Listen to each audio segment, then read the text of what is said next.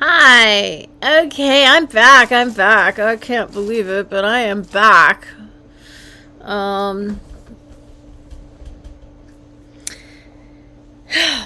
Yeah, we're gonna get this done. I mean, I don't know.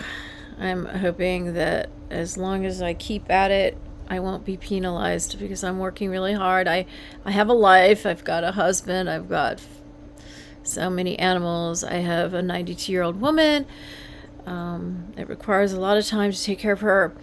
Doing the best I can, okay? With the little time I guess I have. All right, so we're going to get back to the manifesto, reading it. I don't really have any opening remarks exactly. Let's just get reading because we want to get this done. Oh, I guess I should just say, and I'm sorry I'm not looking into the camera enough. I apologize. I'm just not used to all this kind of like critiquing my look, how I look and making sure I'm in frame and that kind of thing. So forgive me for looking at my feed. I shouldn't be doing that. I should be looking in the camera. My name is Claire Elliot. I am the Zodiac killer's daughter. Born on October 21st, 1965. The Zodiac killer died back in 2020, before I could bring him to justice. But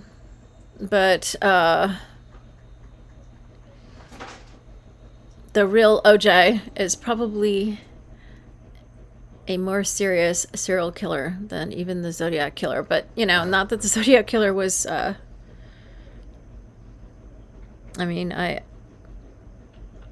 he was not a minor killer. I mean, he was like a classic, yes, but I think the real OJ is more dangerous to society than even my father, Dennis Wayne Elliot. David Wayne Craig is the real OJ, the real Bryan Kohberger, Devadatta of the Lotus Sutra. I am, I may be called the Zodiac killer's daughter, but I am also known as the Dragon King's daughter of the Lotus Sutra, otherwise known as Jogyo, leader of the Bodhisattvas of the earth. All right, let's get started. I think I left off here at 19 years old. I don't know. Seems like I thought I was at 18, but yeah, I was at 19 years old because I remember this last paragraph. All right, let's get reading. 19 years old. Upon setting up my new laptop, I immediately installed all of my World of Warcraft discs. I logged onto my account and took a look at all of my characters that I hadn't touched for a year and a half. Right when I logged onto my main character, I was contacted by James, and he invited me to join an online group with him, Steve and Mark. They all gave me a warm welcome back. And there I was, stuck in the void of hopelessness once again, in the exact same position as I had been when I was 14, 15, 16, and 17. For all the efforts I made to improve my life during my 18th year, I had nothing to show for it. No friends, no girls, no life. Oh, so dismal. I started going to James's house a lot more since I was now able to drive and the two of us could play World of Warcraft together again. Seeing James was always pleasant in its own way. He was my comrade in virginity. For he too didn't get any attention from girls. Virginity is a beautiful thing. I don't know why in this world nobody values it. Just want to say.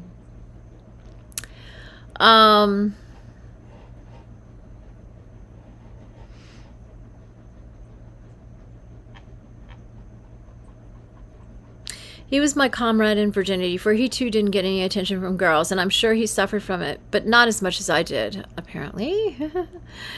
I was very perplexed as to why he didn't feel any anger towards girls for denying him sex.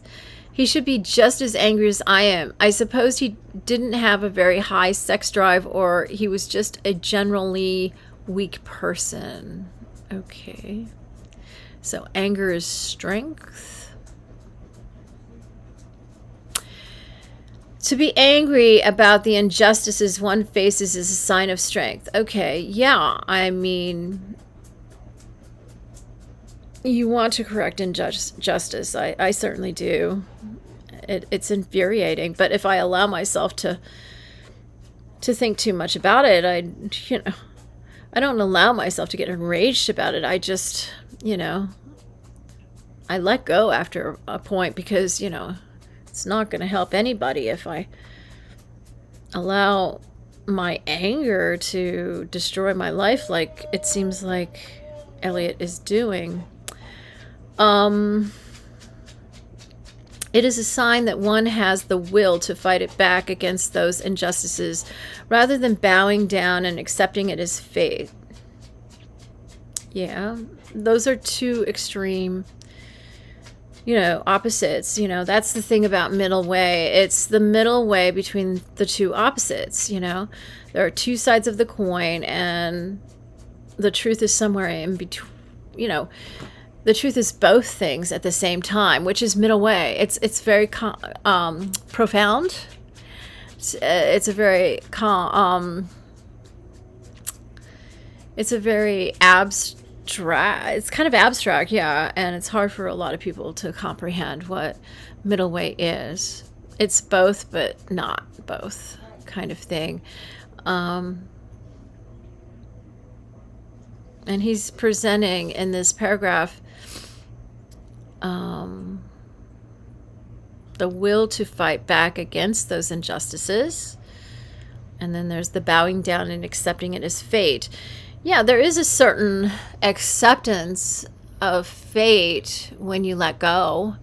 And you need to let go. You can't be fighting to the point of destroying your life. You can stand up and courageously resist what is a lie and expose what is the truth.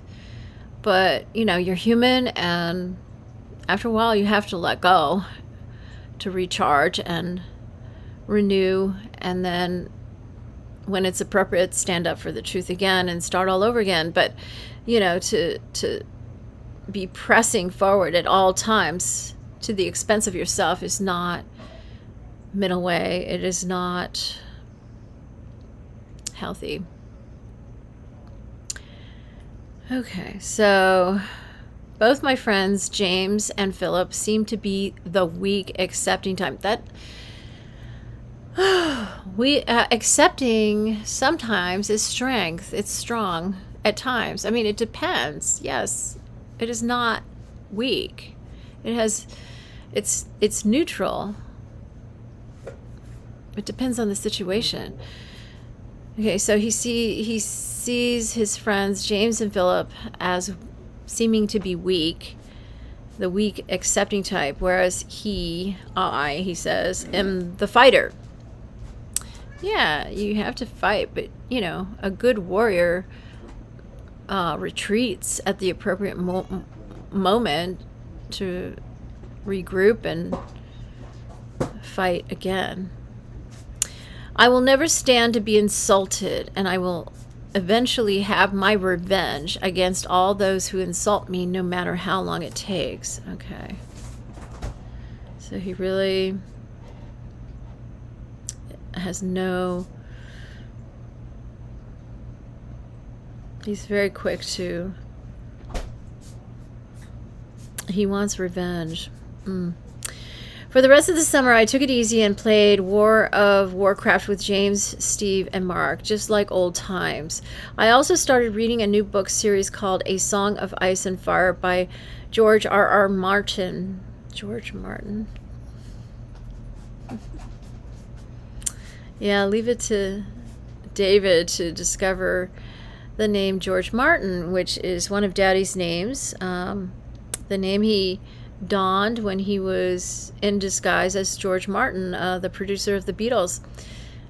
George Martin wrote or co-wrote all of the Beatles songs and produced them and selected them, and to begin with, and it was his band. It was the Beatles was his title. He had dreamed of forming a band called the Beatles. He explained when I was a little baby that he just thought that was such a great name because, you know, Beatles, they sing, you know, and, you know, we would listen to Beatles singing in the nighttime. And, you know, he thought, Daddy would explain to me that we humans are like little beetles. We're like little bugs who sing and dance, and, you know, and that's why he wanted to create a band called the Beatles. It sounds so classic now, the Beatles, but it was just Daddy's dream at one time, talking about a little band named after insects that sang. Yes, Dean. In January 1964. I can't take too much time, Dean. They released all the songs they had put on the charts in England.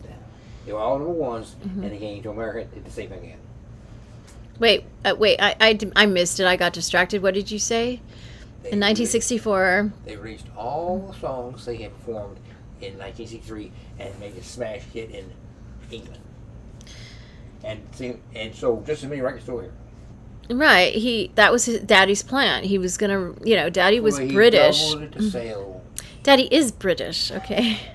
Let's just be clear. I guess I have to mention, this is a good time to remind my audience, and probably most of them don't know, Daddy, who is Clint Eastwood, is actually British. He is the firstborn twin brother of Queen Elizabeth II, who is my sister, my grandma, and my quote-unquote descendant. And he is my father many times over, more than anyone else except for Jesus. Okay? He and Jesus are my father as many times, you know, they are my father many times over. And anyway, just updating you. And yeah, if you look at George Martin, he has this he has the same shape, hips and things like Clint Eastwood. He looks just like Clint Eastwood walking around, except he has a different face. And oh, by the way, yeah, George Martin had he looks a lot like David Wayne Craig, who is the true identity of Bryan Kohberger. Let's bring him up on the screen. I'm just trying to see. Oh, I don't have a blank browser, do I? Do I? Let me see. Oh, that's that one. Let's see what this is. Not a blank browser, but okay. George Martin. Oh, I'm Martin. There he is. Wait, that's the author he was mentioning. Isn't that funny? I wasn't. George Martin, he's a major. He was the founder. There he is. See, older. He's a little older there, but that's not the same guy there. Sir George Martin. Right, here we go. Here's his obituary. Where is he?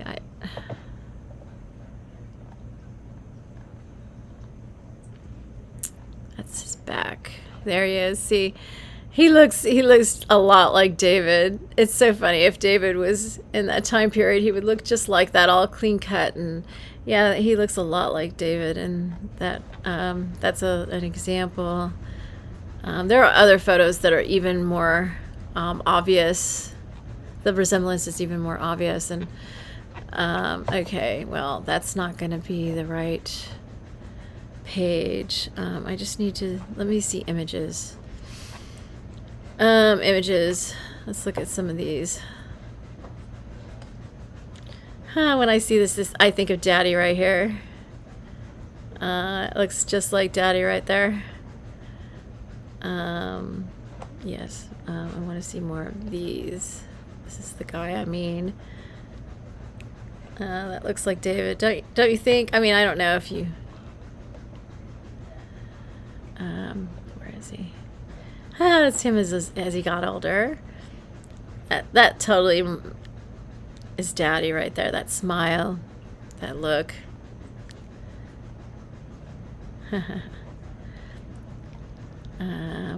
Just trying to see more photos. See, look at that. See, that looks totally like David with long hair. I've never seen David with long hair, and that's what he would look like if he had longish hair. That's so funny. Look at that. Look at this. This totally looks like David.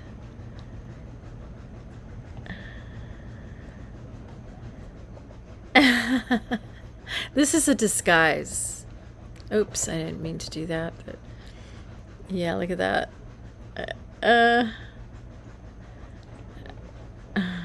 Oh, they won't let me look at it.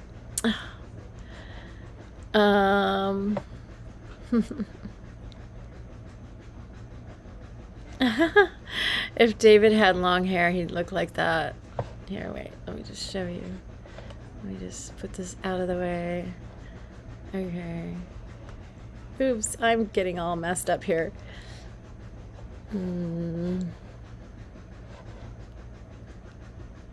I know, I'm spending too much time on this.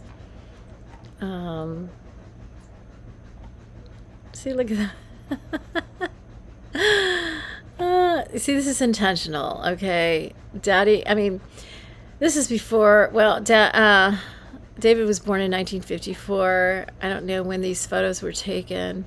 Yeah, see, 1926, born in 1926. That is the true year that Daddy was born. He was born April 21st, 1926. He had a fake birthday when he was Burt Fields.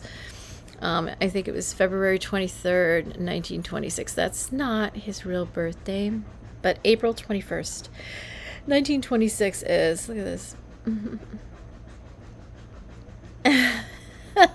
See, look at this. Look at that. So this is probably how David looks today.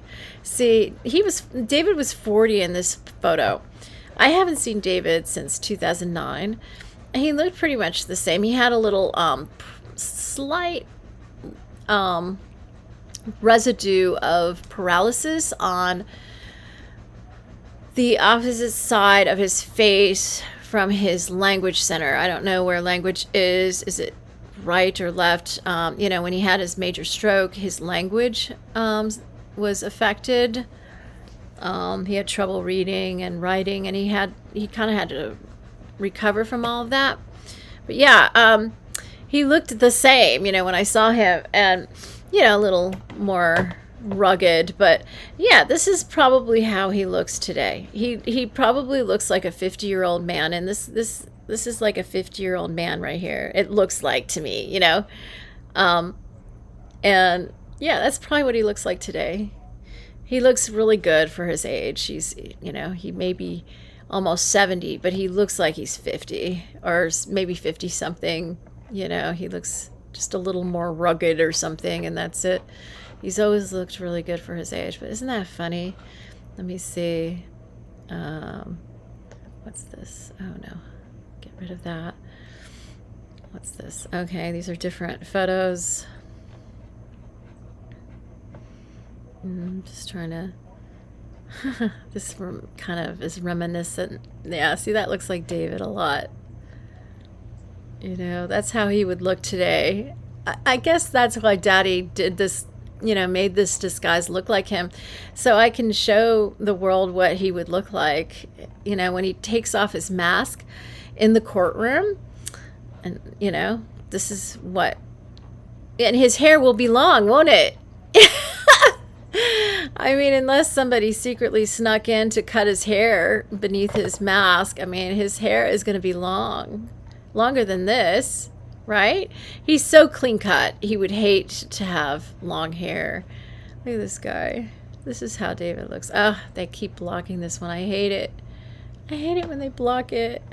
That's a picture that definitely looks like him. This is him older. I'm just looking at younger pictures, you know. Yeah.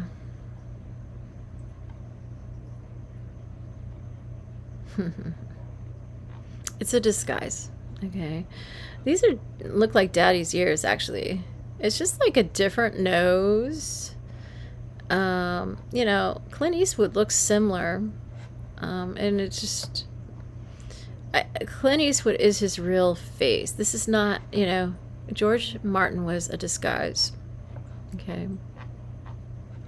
And I know he probably did it so I can show you what David would look like before the event, you know, before we actually see him. Yeah, this is very much what he would look like.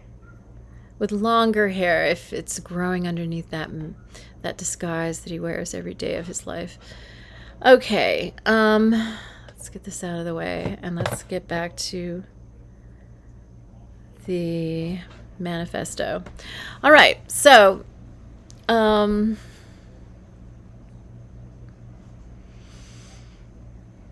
okay, I got distracted by this George Martin. I had to show you pictures of George Martin because that's Daddy, and he looks so much like David. This medieval fantasy series was spectacular. It's called A Song of Ice and Fire by George R.R. Martin. The first book of the series was A Game of Thrones. Oh, that's on TV now. And once I read the first chapter, I just couldn't put it down. It was like nothing I had ever read before. Boy, it makes me want to read it. With a huge array of complex characters, a few of whom I could relate to.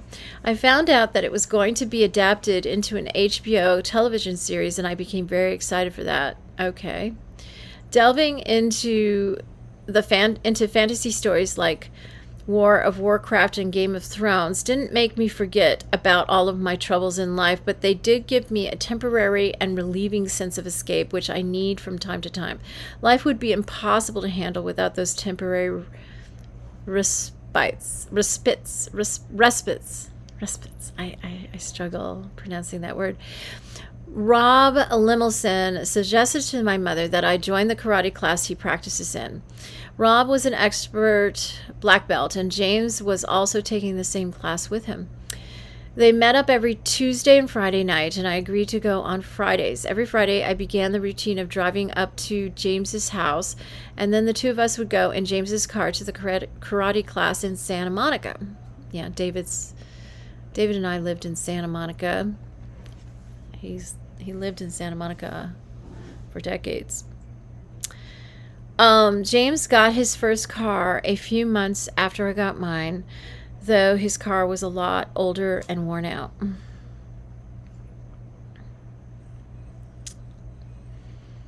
Oh, so you're not like the one with the oldest car, huh? Okay, you should be rejoicing and feeling special instead of thinking you're always the worst. All right, Rob thought that starting karate would be healthy for me as it is meant to increase confidence and build character. I was eager to see if I could benefit from it. The class was pleasant. It gave me a good workout and a sense of invigoration. There were usually 6 or 7 other students, and I was particularly annoyed with this one 12-year-old kid who seemed to think he was better than me because he was a brown belt and I was a novice white belt. I bet he thought he could beat me in a fight because of it. Ha! No chance in that. I was annoying, but I was amused at the same time. It was annoying, but I was amused at the same time. After the karate class, Rob would take us out to a nice restaurant for dinner if he had time. If Rob was busy that night, James and I would go to our usual dinner place in the Palisades, and then we would go back to his house to hang out for a while. My new semester at Moore Park College began. I only managed to sign up for 1 class, but I promised my mother that I would do at least 3 classes in the next semester. Both of my grandmas offered to send me some money to help out with living expenses. Oh, how nice to have grandmas do that. And wisely saved every check. I wisely saved every check I received from them. One of my priorities was to start building up my money savings in case my life became too drastic. Okay. The class I started was a political science class. I figured I would gain some useful knowledge by taking it, though I disliked the teacher because he had the tendency to randomly call on me to answer questions. I was still terrified of speaking in front of the class, even if it was for 1 sentence. My social anxiety has always made my life so difficult, and no one ever understood it. You okay, Dean? Yep. Thank you. Dean is going to walk the dogs for me now, so I don't have to stop. Big boy and a little girl. Okay, you got them? Okay. Okay, everybody be careful. She's all ready to go.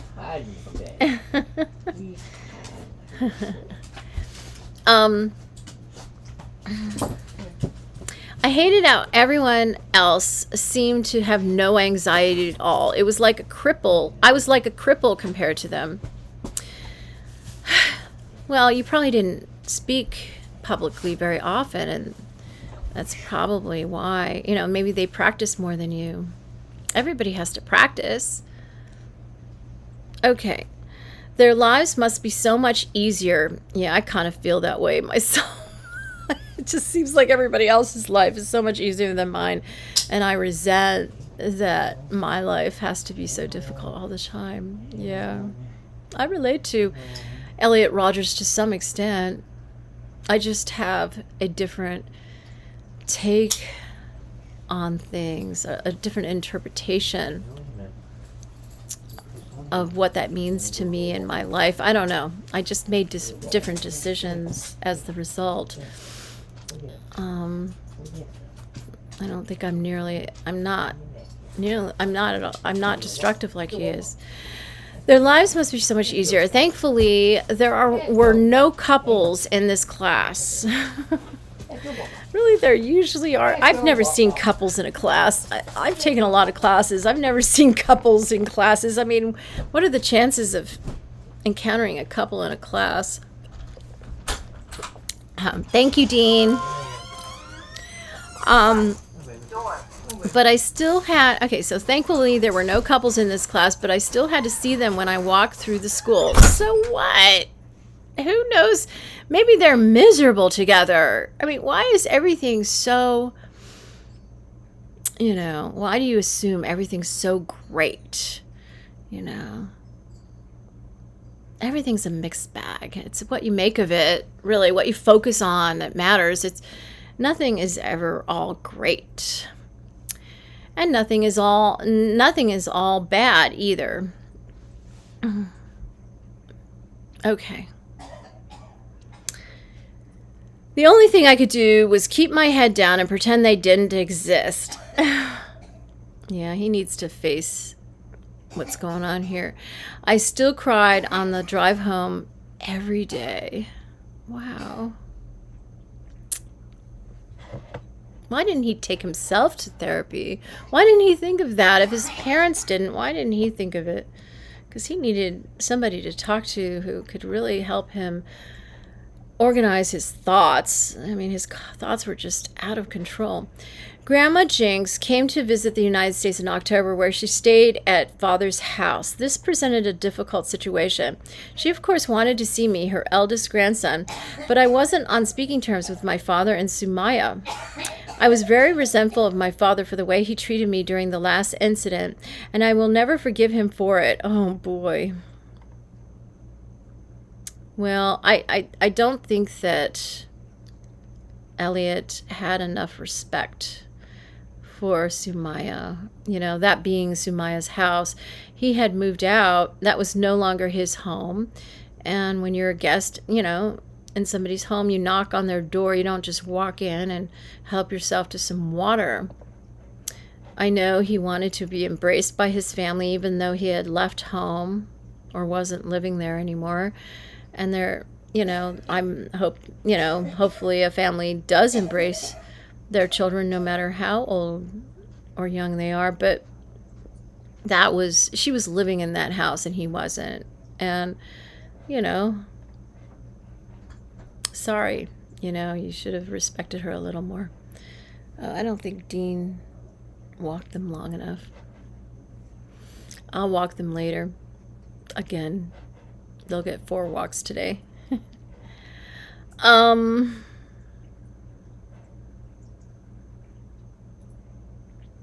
My father effectively abandoned me at one of my most crucial points in my life. Yeah, he's very young at this point still, and he needed his father, and it does sound like his father emotionally abandoned him, and that's sad, you know, when that happens to children, adult children, young adult children. It happened to me. My father, though in fact he was never really present in my life to abandon me in the first place. Yeah, that's what I could say too. When I think about it, he was always absent from my life. Yeah, that's my situation too. When my whole world took a downward spiral into darkness after I hit puberty, he never made any effort to save me. He just didn't care. I think he was self-absorbed. I think that's more like it. And, you know, probably, you know, with his, especially if he's in financial dire straits. Did it go okay? Okay, so I'm gonna probably take them out in the middle of the night just to make sure they've done all their business. Thank you, Dean. I appreciate it. I really thought you were gonna walk them longer, though. It's okay. I'll just take them again. Thank you.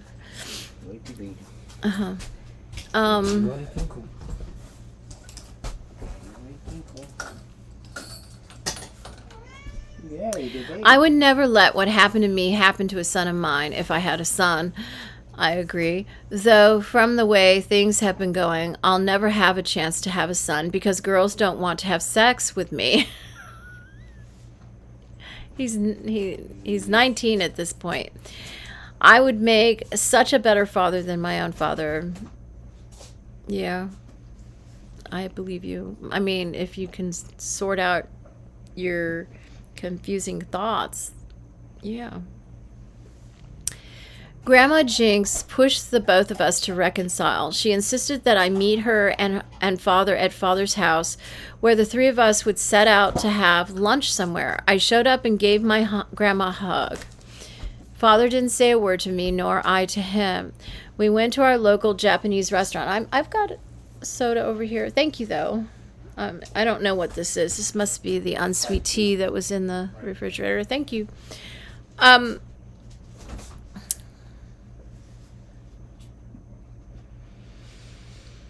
We went to our local Japanese restaurant. Father sat in silence while Grandma Jinx asked me lots of questions about my life. Eventually, we got around to the subject that was hanging in the air. If it weren't for my grandma, the conversation would have gotten nowhere. Father, see, this is what a therapist, a mental health professional could do. You know, grandma's not always around to help, but you can hire a professional. They certainly had the resources. And maybe even insurance to cover it. Okay.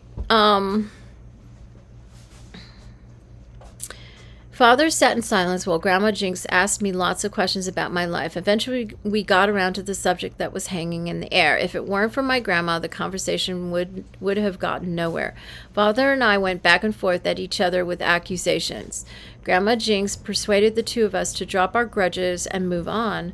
For her sake, we acquiesced. I shook hands with Father as we agreed to put the past behind us. I went on a walk with Grandma Jinx after we returned to Father's house. I took her up to my old contemplation spot, the hilltop that overlooks Father's neighborhood, which I always called the Overlook. That place is one of the most special places in my life. I have memories of it stretching back all the way to when I was a joyful 10-year-old. I remember going up there to skateboard all the way down. I rode my bicycle up there during my middle school years. I hiked up there with Max when he was staying at Father's house as an exchange student. I languished there in despair when I went on my lonely walks at the age of 17 and 18, and now I was showing it to my grandma. When the two of us reached the top, every memory came back to me, and I felt a bittersweet sense of nostalgia.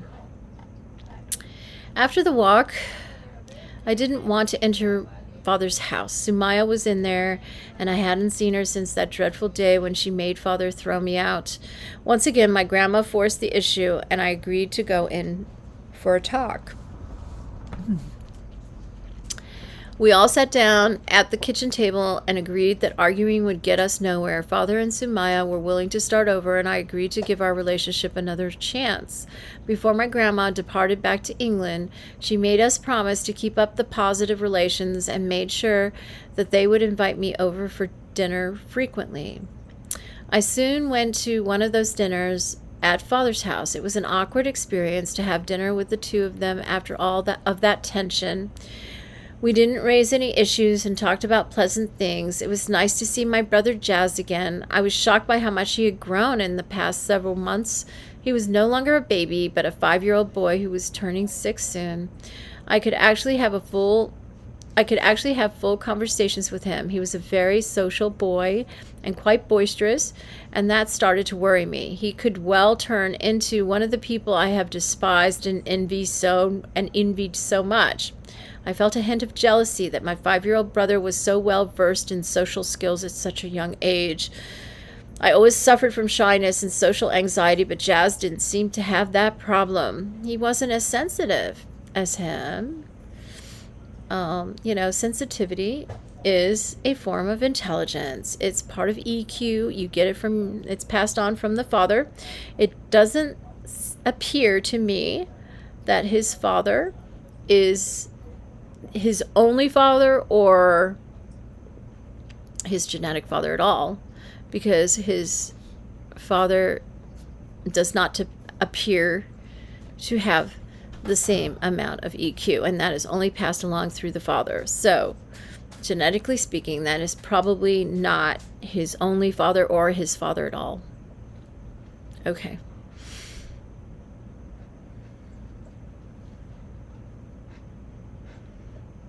Yeah, I mean, when you're not as sensitive, you don't have as much EQ.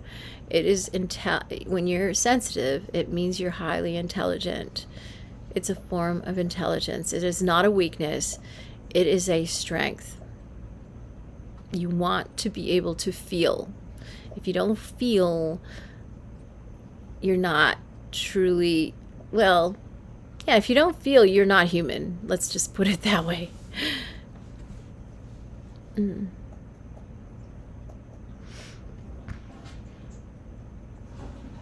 I felt a hint of jealousy that my 5-year-old brother was so well versed in social skills at such a young age. I always suffered from shyness and social anxiety, but Jazz didn't seem to have that problem. Okay, I already read that. I put that worry at the back of my mind. He was my brother, and he really looked up to me. He was one of the few people who treated me the way I wanted to be treated, with respect and adoration. I enjoyed spending time with the boy. As I got more used to having a car of my own to drive, I frequently went on what I called night drives around my mother's neighborhood. They almost replaced the long walks I used to take in the afternoons. Staying in my room all the time only increased my depression. It was suffocating. To ease this suffocation, I frequently got in my car at night, turned on the radio, and went on a drive with no particular destination. I used to do that. I used to talk to David about how I would do that. I would just blast the radio and go and just drive and drive and drive.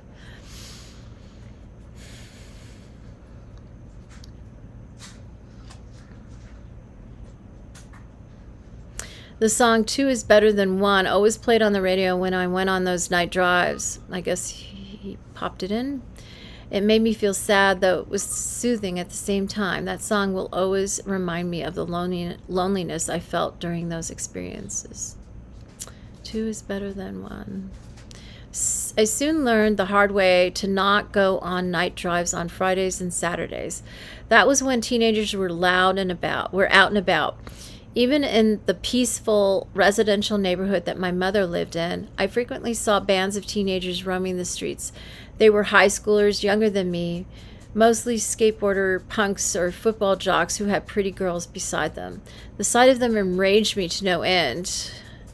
It reminded me of the life I missed out on. They were probably on their way to some house party where they will get drunk and have sex and do all sorts of fun, pleasurable things that I've never had the chance to do. Damn them all. Oh, boy. My autumn semester at Moore Park College flashed by like a subtle lightning bolt. It was as if it didn't even exist in my life. Moore Park College was supposed to be a place of hope for me, but it turned into a place of despair, just like everything else. I was invisible there. Nobody knew I existed or cared who I was. At least this time I finished a class, okay?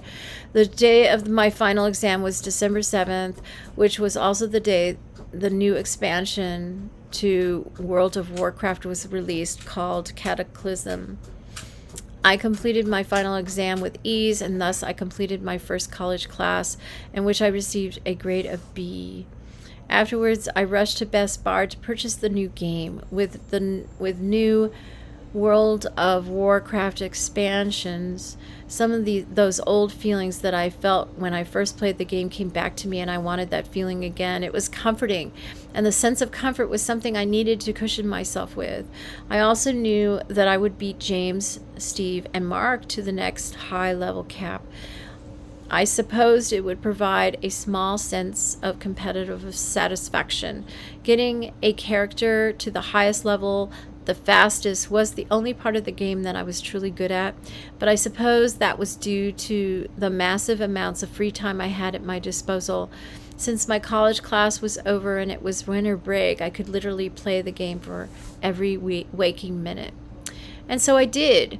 My last stint in the World of Warcraft was an intense one. I reached the new level cap in less than 2 days, and once I was there, I repeatedly took pleasure in killing James's, Steve's, and Mark's characters as they tried to level up, as a petty form of revenge for them leaving me out of their group meetings years ago. And because I was jealous that Steve and Mark were more skilled at the game than I was, because I was jealous that Steve and Mark were more skilled at the game than I was. Being a higher level for those few days gave me the advantage I needed to even the score, but I digress. Okay. After 2 weeks of playing World of Warcraft nonstop, I once again came to the abrupt decision to quit. Yeah, I think a lot of his, well, I think probably it's a good idea with that. But yeah, he does stop and go with things, doesn't he?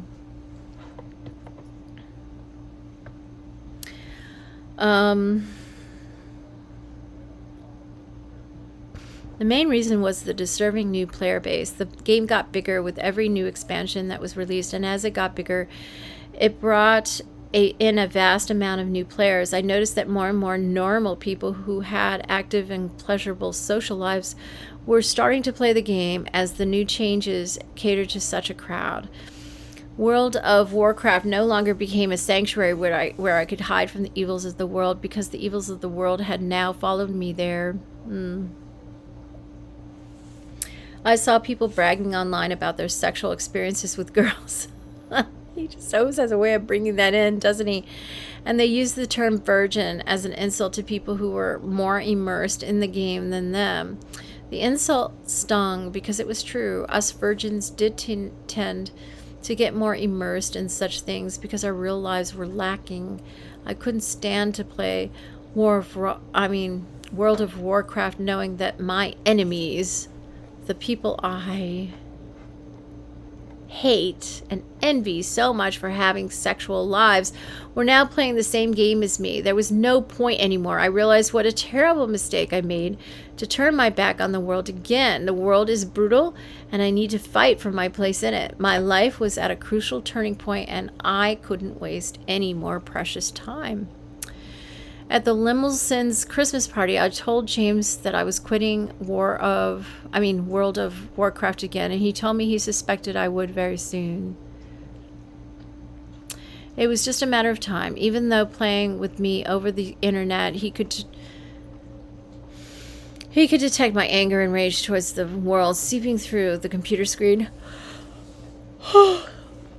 I questioned him about why he himself could go on living without feeling any sort of anger or resentment about his circumstances, which were similar to mine. He was, after all, a 19-year-old virgin just like I was. He just casually told me that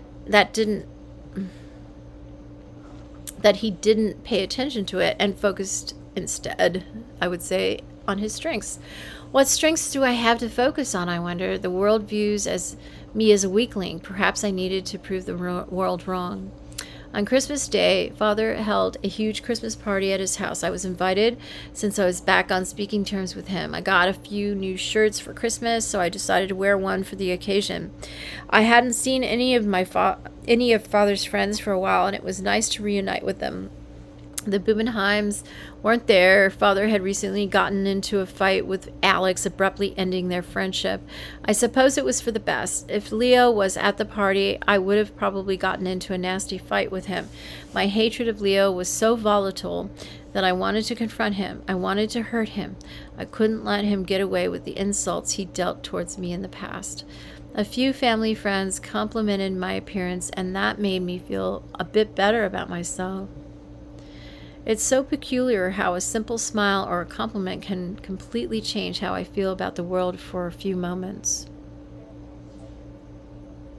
I'm feeling really tired. I don't know, I didn't really sleep very many hours, as everyone knows. I slept maybe 4 hours, and that's just not enough for me. I need at least 7, no more, actually.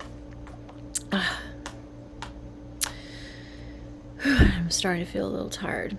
It's 10:19 p.m. and, I gotta really make an effort here.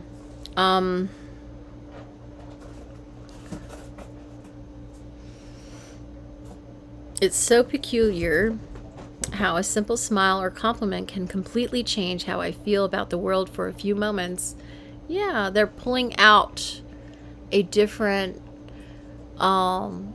in Nichiren Buddhism, we have 10 worlds, the lowest world being hell, the highest being Buddhahood. And, what they're pulling out of you is a different world. Like, you're probably stuck in hell, and then they come around you and they pull out tranquility, humanity, That's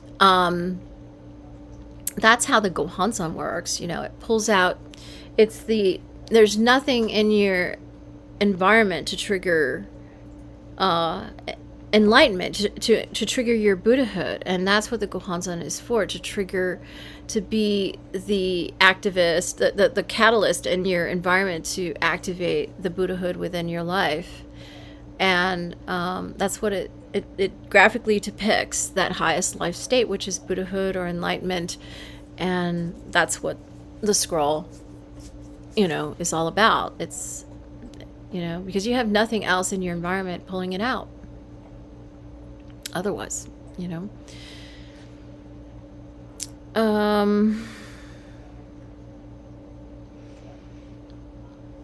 it seems like that's probably what he was trying to get me to say, in response to what he just wrote in here. I'm just trying to find where I was. Yeah. During the remaining days of 2010, I joined my mother and sister at Jack's beach house. This is the last time. It's funny. I saw David in 2000. The last time I saw David was in 2009, which is the year before this. It's quite a while ago now. I joined my mother and sister at Jack's beach house in Malibu to spend a few nights during the remaining days of 2010. They arrived there a few hours before me, and by the time I reached the house, they had already invited a few guests for an afternoon get-together. To my outrage, I saw that my mother had invited Maddie and her boyfriend. I was looking forward to having another respite,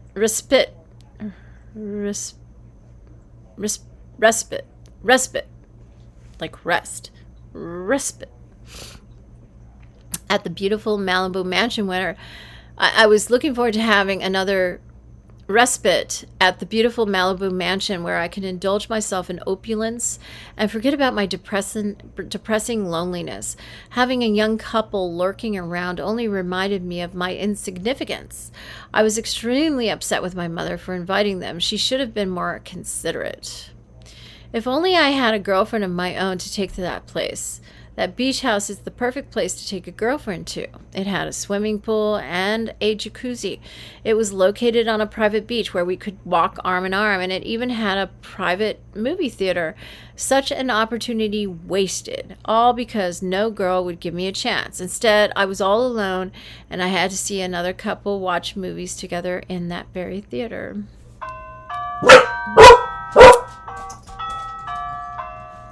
Okay, let me deal with this.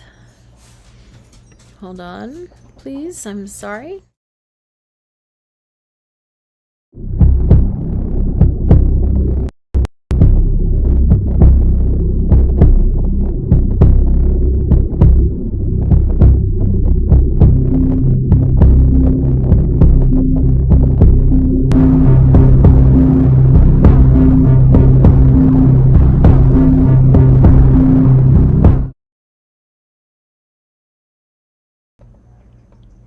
Sorry about that.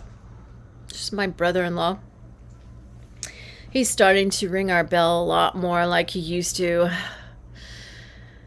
Dean doesn't go down there nearly as much, but there's been storms in the area, and a lot of trees that have fallen down into the property. And in Georgia, the law states that if a neighbor's tree falls into your property or branches, whatever, it's your responsibility to clear it, not your neighbor's, as long as the tree is living and not dying or is not diseased. It's your responsibility, your own responsibility, if it falls into your yard. And there was a lot of trees are always falling into my mother-in-law's house down the street where Dennis, Dean's twin, lives. And of course they expect Dean to do all the work, and now that he gets Social Security, they don't offer to pay him anything. They have so much money in the bank, and they're cheap, and they don't want to pay anyone, so they just call Dean, slave twin, to come over and do everything for free. It really disgusts me that they've got so much money in the bank, and they just use Dean for free labor. And when she dies, his mother, she doesn't want to give Dean anything because he's married to me. It's disgusting. Dennis, expects to get the bulk of the estate, and Dean has to do all the work. And then when she dies, Dennis gets everything. Just about. Dean gets very little. It's disgusting. I'm so disgusted with the family I married into. I'm so disgusted with my mother-in-law. She is a dictator. And oh, by the way, yeah, it's another example of my twin in another body. My twin is a dictator. And yeah, it's been war with my mother-in-law. And I have worked really hard to get Dean to retire as Bodhisattva, never disparaging. At a certain point, Bodhisattva, never disparaging, is in the Lotus Sutra. There's a whole chapter devoted to him. He's where the saying comes from that says, "Sticks and bones may break my bones, but words will never hurt me," kind of thing. I mean, he's just this guy that bows down to everyone's Buddha nature, regardless of how they treat him. And that's the way Dean is with his family. And it's very honorable. It's very gracious, but at a certain point, Bodhisattva, never disparaging, has to retire. Okay, Dean is retired. He needs to retire Bodhisattva, never disparaging, when it comes to his family. He's done his part. He's had a whole career of it.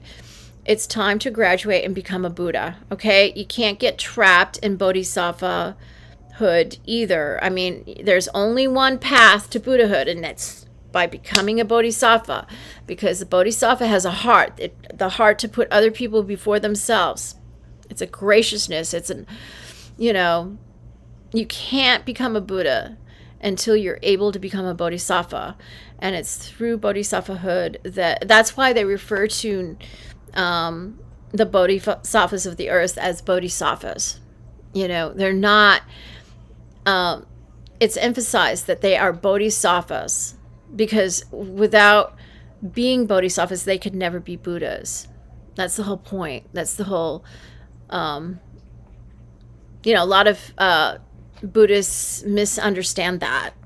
They're like, oh, they're just bodhisattvas. They're not Buddhists. No, there is no Buddhahood without bodhisattvahood. That's the point. Bodhisattvahood is the 9th world before Buddhahood. And there is no, just like Jesus says, there is no way to the Father except through me. That's how Christianity is all about bodhisattva, never disparaging. Jesus exemplified bodhisattva, never disparaging. You slap me on one cheek, I turn the other cheek, that kind of thing. And that's my nature. It's my nature to sacrifice myself for other people. But at a certain point, to become a Buddha, you have to put your foot down. Buddhahood is not about sacrificing yourself. It's about... It's not about sacrificing yourself anymore. It's about... standing up for what's right and what's true. And yes, if you do sacrifice yourself to do that a lot, but if you sacrifice the truth and you sacrifice what's right, you've lost yourself, right?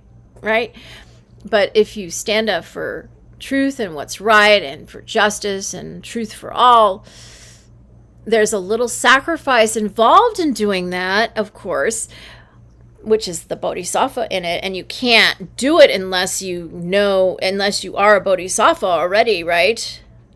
Unless you're used to being a bodhisattva. But it's the next level beyond bodhisattvahood. It's like, a bodhisattva just sacrifices themselves selflessly, for others. You think of Mother Teresa. She exemplifies bodhisattva, never disparaging as well. Jesus Christ did as well. But at a certain point, it's time to step up. Well, Jesus did. He stepped up and declared what was the truth, and he got killed for it. So did I, many times, but the difference between Jesus and I is that I keep coming back. And coming back and coming back, but nobody notices me. That's the problem. Jesus got so much attention, oh my God. But nobody knows, nobody notices me. Everybody ignores me. That's how defiled the latter day of the law is. I mean, people don't see what's right in their face. That's how you're in the latter day of the law, as Nichiren Buddhism states this, is this era. It's Mappo is what they call it in Japanese. It's a really defiled era where up is down and down is up and everything is just like in chaos, and discombobulated is the word that comes to me. It's hard to know what's right, what's wrong. You have to have a discerning heart and mind to be able to see clearly.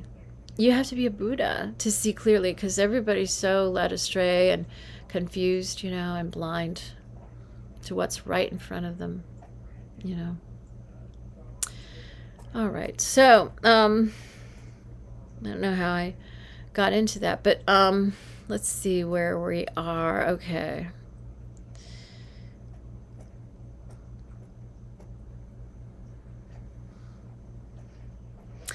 Right, so Manny and her boyfriend, his mother invited them to the beach house in Malibu, and he's really upset at his mother for doing that because, Maddie's his friend, and he didn't feel like watching a couple all happy together. That's what makes him so enraged. Having a young couple lurking around only reminded me of my insignificance.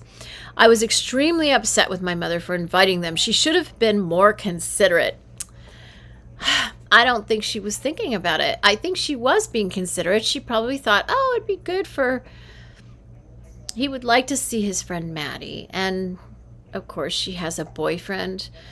You know, normal people are not bothered seeing others happy and in relationships. And, you know, there's a serious problem that you have if you can't stand the sight of a happy couple. You know, you're not going to attract any kind of happy relationship to yourself if you have that attitude. Okay. If only I had a girlfriend of my own to take to that place. That beach house is the perfect place to take a girlfriend to. It had a swimming pool and a jacuzzi. It was located on a private beach where we could walk arm in arm. Okay, he's describing it. I think I already read this. And it even had a private movie theater. Such an opportunity wasted. All because no girl would give me a chance. Instead, I was all alone and I had to see another couple watch movies together in that very theater.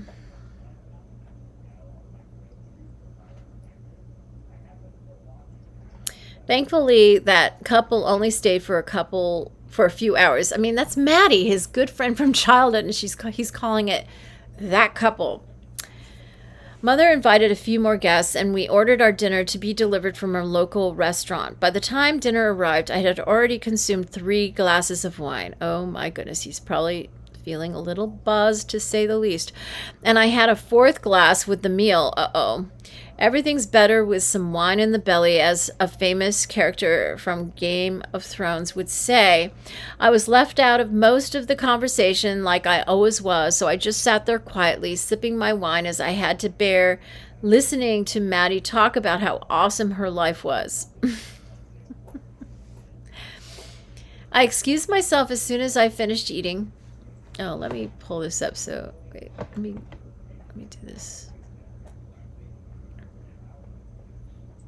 Yeah, there we go. We gotta let these guys see what we're doing. Let me pull it over. Wait, how did that happen? Oh, I gotta do this. Okay. All right.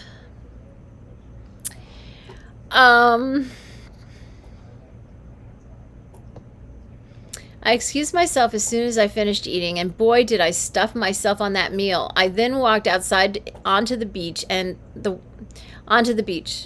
The wine had long since gone to my head, making me feel a sense of dizzy invigoration. I started walking along the shore, taking in the magnificence of the gentle moonlit ocean. David really loves the moon. It was so romantic. It does sound like David. I kept walking and walking with no destination in mind. The romance of it all filled me with despair and longing. I wanted a girlfriend to experience that moment with me, but no girl wanted to be my girlfriend.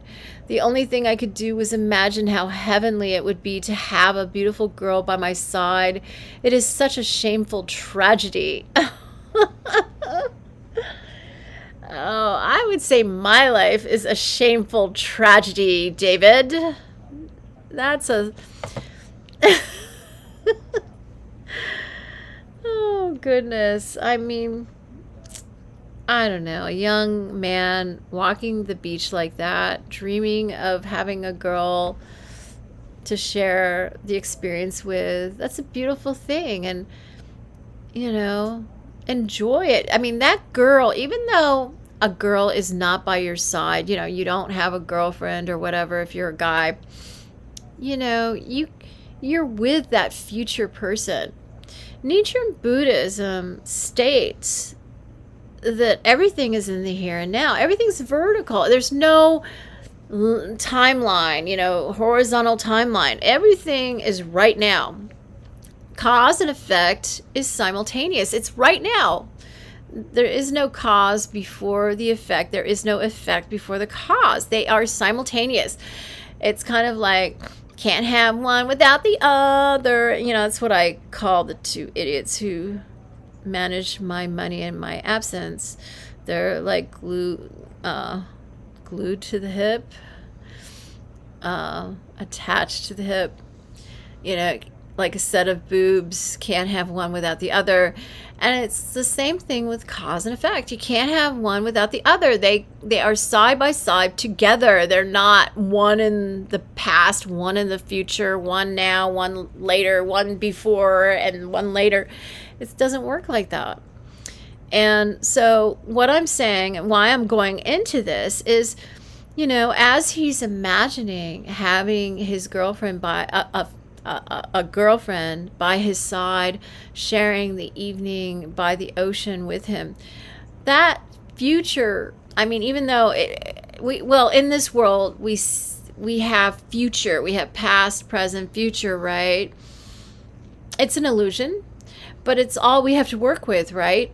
And so that future girlfriend, if he had faith in that, I mean, she's already there with him. Yes, it's technically, according to our experience here on Earth, it's in the future. But he's experiencing that lovely feeling of sharing the ocean and the breeze and the beach with her right now.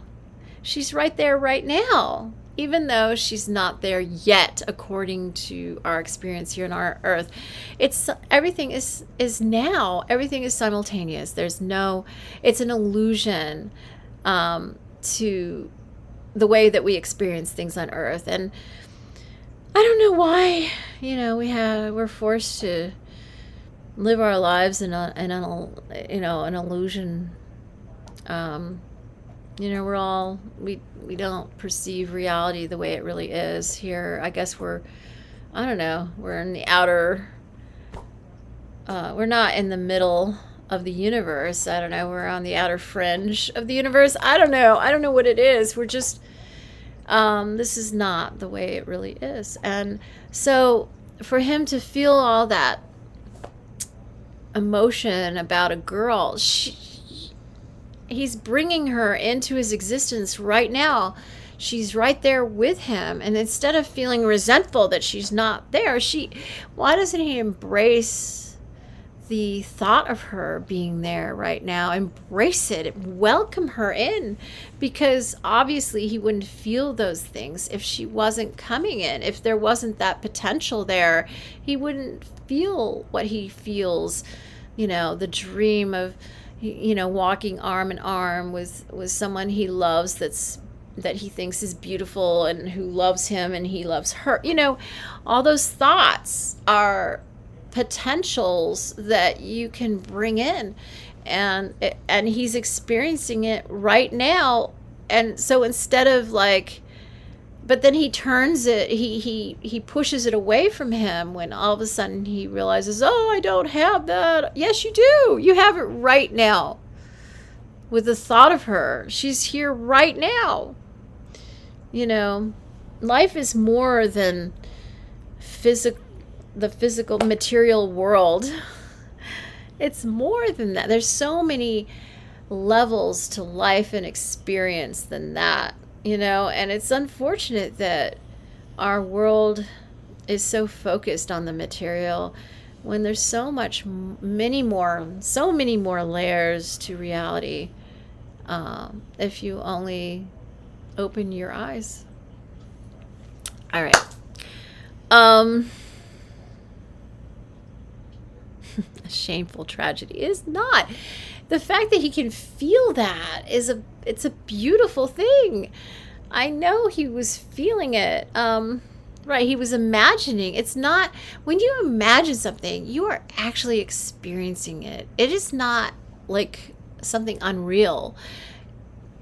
I mean, compared to the world we live in, it appears or feels unreal, but it is real.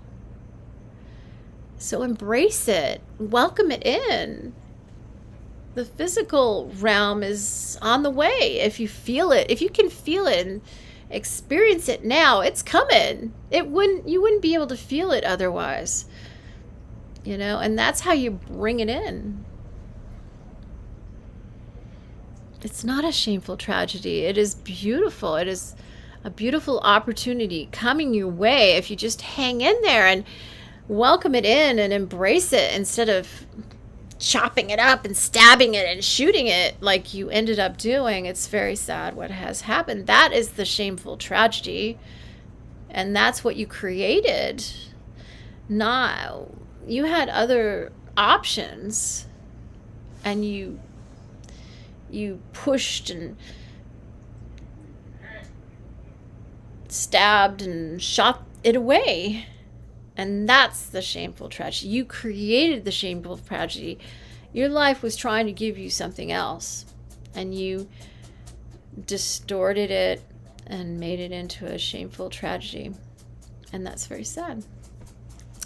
I ended up walking for 2 hours, and at the end of it, I was crying to myself because I felt so sad. It should make you feel happy that things are on the way. It's not, it shouldn't remind you of what you don't have. It should remind you of what is coming when you know, at the right time, at the right moment. When I returned to the house, Maddie and her boyfriend had left, and so did most of the guests. The only guests who remained were my mother's friends Alan and Rebecca and their sons, as they were spending the nights there with us.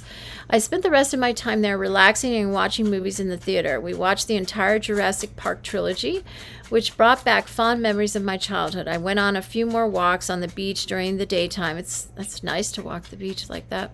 That beach was always quiet and peaceful, since the only people who visited it were those who lived in homes on the beach.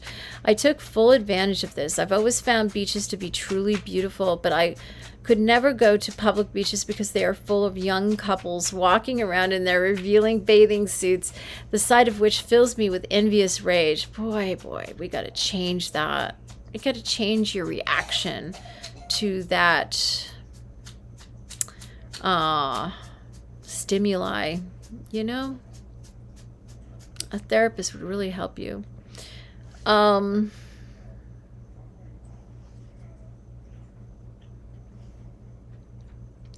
the private beach, I could enjoy the serenity of the environment without having to worry about young people making me jealous. There were no young couples, only a few families and old couples here and there.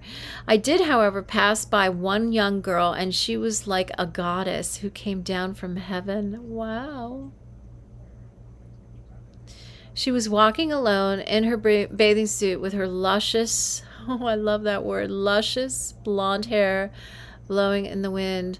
I couldn't help but shyly admire her beauty as we passed by each other. I was scared.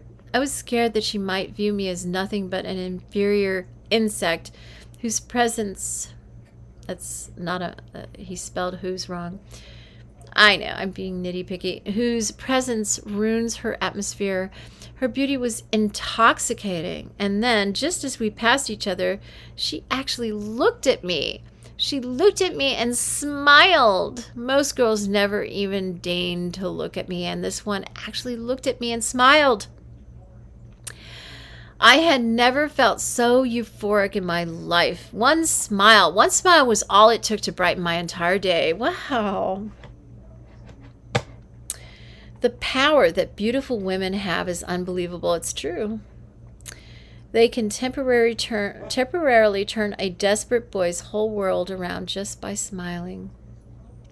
That smile put me in a good, healthy mood for the rest of that walk, but it soon faded away as I realized I could never actually have a girl as beautiful as that. That's not necessarily true. She probably only smiled out of politeness. She would never go for me. Well, you just don't know because you didn't say hello and start a conversation. And what is the point to life if I can't have a girl of such beauty? Does she have to be a certain way? I mean, can't you just be open to whatever girl comes your way that makes you feel good? You know, I mean, why does it have to be a certain type? It's like you're setting yourself up for rejection and suffering. Some men get to have beautiful girlfriends like that, and some don't.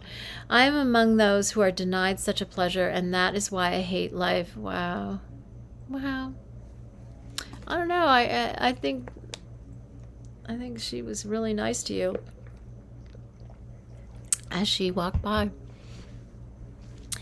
After spending 3 days at the Malibu beach house, I was sad to leave it. I had a feeling I would never see the place again, and it was true. That was the last time I ever went there. Mother ended her relationship with Jack sometime within the following months, though she would never tell me directly about it. Okay. I spent New Year's Eve alone and miserable, just like the previous year, and the year before that, for that matter. It was the last day of my World of Warcraft account. It was the last day my War of Warcraft account was active, and I logged onto War of Warcraft just for that occasion. I angrily had arguments with random people online who I saw bragging about their girlfriends. I spewed out all of my hatred towards them, but they were only amused. It was a very aggravating experience, and it made me glad that I canceled my World of Warcraft account. There was nowhere I could hide anymore. Time was ticking, and a new year was just beginning. I concluded that I had to put more effort into making better use of my time. I made a vow on New Year's Day that I wouldn't masturbate until I did something to successfully get one step further in life. Having a high sex drive, I usually masturbated at least every other day. I always fantasized about sex, and the fact that I was unable to have sex made me even more obsessed with it. To stop masturbating for more than 3 days was a big deal. I lasted 7 days. On the 7th day, my sexual urges became too overwhelming. My whole body was enveloped in it. I thought about girls every single second, and not having a girl to have sex with was unbearable. I could not even function anymore, so I had to break my commitment. The masturbation session had after that 7-day dry spell was astounding.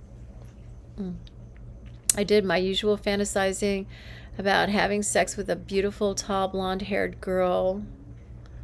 But this time I intensified it a lot and made up a whole story in my mind just to make the experience seem more real. If only it could be real. Well, you can, your mind is an amazing thing, when you visualize something, your brain thinks it is real. So, if your brain thinks it's real, your brain will work to bring it into reality. That's the law of The Secret, right? And I'm one of the I helped to create The Secret, actually, when I was a child. Yeah, I know. Why can't I make it work for me now? I don't know. Maybe when I chanted so long, because it has the exact opposite effect on me, it kind of shut me down. I guess that's what the effect chanting had on me. It really shut me down and taught me not to visualize. I naturally have always visualized and dreamed and dreamed and dreamed. But when I chanted, because, it does the opposite for me than what it does for everybody else, it just shut me down. It taught me not to dream, not to visualize, because only the reverse opposite would happen if I did. And that was what happened when I chanted to the Gohansan, and that's why I had to stop. But it's my nature to visualize and dream, and that's how you create an exciting life.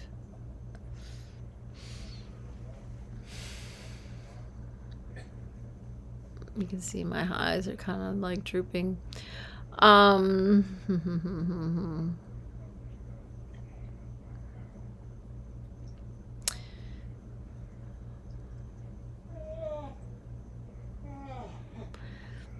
Okay, so if only it could be real. It can be real if you work on it, if you practice it enough times in your mind. It will bring it. Your brain and your life will bring it into reality. So it is real. And that was his mistake, to think it was not real. Some men get to live that fantasy, whereas I could only dream of it. Life is not fair. It may not seem like it's fair, and I agree that it isn't fair, but in the end, the truth always prevails. Don't ever forget that. I finished the 4th book of the Song of Ice and Fire series. The television adaptation, Game of Thrones, was coming out in just a few months, and I was really looking forward to that. I was also looking forward to the 5th book of the series, which had a release date of July 12th. I wonder what that's the day before my father's birthday. July 13th was his birthday. After finishing all 4 books, I had become a huge fan of the series. It depicted a much more exciting world than the one I lived in, with a large array of complex characters, a few of whom I could really relate to. Did I already read that? As I was reading up about the release date for the 5th book, I found an online countdown that showed each day, hour, minute, and second that remained until July 12th. Since July 12th was so close to my 20th birthday, I used this countdown as the official countdown of my last days as a teenager.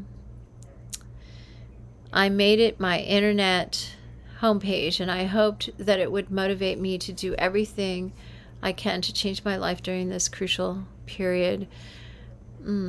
Okay, so I've been on, what, an hour or something? Let's see.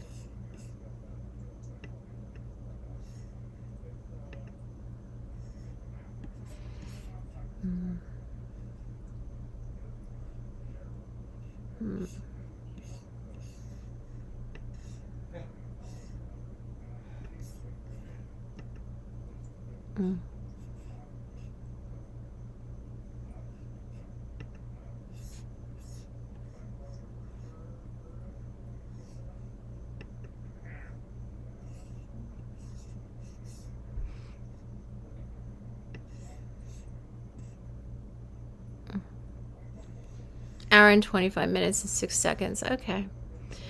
All right. I'm just really, you can see I'm feeling really tired. It's 11 o'clock almost. Well, I have to go till midnight, don't I? And I'm not going to finish.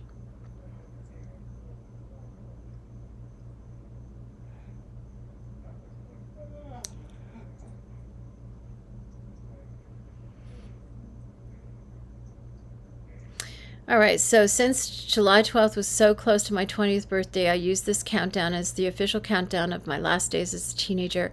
I made it my internet homepage, and hoped that it would motivate me to do everything I can to change my life during this crucial period. Since I was back in my father's good graces, my mother agreed to meet with him and me to talk about my life situation. We had, I appreciate that his parents were, took an interest in their son's life. At least, he had already turned 18, but they were still wanting to help him and support him as parents. And I think that's very beautiful and correct. My family, my parents, as soon as I turned 18, okay,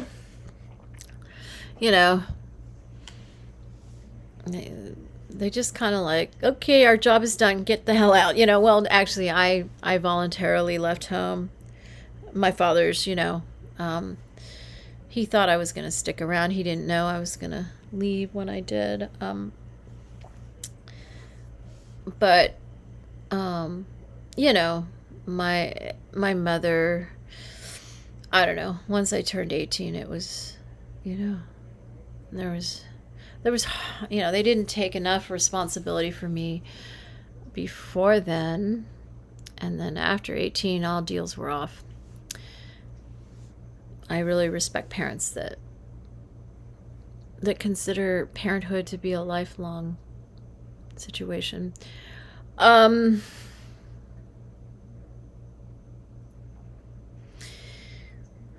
So we had dinner at a Japanese restaurant where we had a long talk about what I was doing in my life and what my college plans were.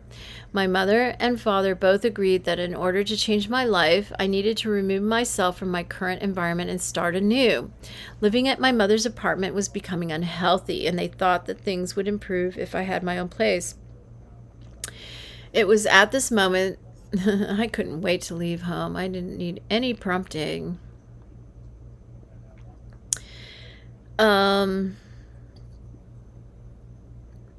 Living at my mother's apartment was becoming unhealthy, and they thought that things would improve if I had my own place. It was at this moment that we began to form the Santa Barbara plan, in which I would go to college in Santa Barbara and live amongst the students there. The Santa Barbara plan was formed on that night, but its roots stretch all the way back to when I just turned 18. It was all because I watched that movie Alpha Dog. The movie had a profound effect on me because it depicted lots of good-looking young people enjoying pleasurable sex lives. I thought about it for many months afterward, and I constantly read about the story online. I found out that it took place in Santa Barbara, which prompted me to read about college life in Santa Barbara. I found out about Isla Vista, the small town adjacent to UCSB, where all of the college students live and have parties. When I found out about all this, I had the desperate hope that if I moved to that town, I would be able to live that life too. That was the life I wanted, a life of pleasure and sex. I talked to my mother about the prospect of going to college in Santa Barbara a few times during my 18th year. She thought it was a good idea. It would certainly free her of the burden of living with me, but we never seriously considered it until that day. My mother proposed the plan to Father, and Father became very enthusiastic about it. We laid down the groundwork right then and there. Father was still suffering from his financial crisis, but he agreed to pay for my tuition and contribute $500 a month towards my living expenses, while my mother would pay for my apartment rent and continue to provide me with the car. Wow. Whoa. I wish my parents had done that for me. Boy, oh boy. That's support. That is definitely support. That's what I need more of. I've always needed more support than what I have, and I'm looking forward to a little more support. I mean, I know I'm not a kid with parents. Well, I am a kid with a parent. I'm just an adult now.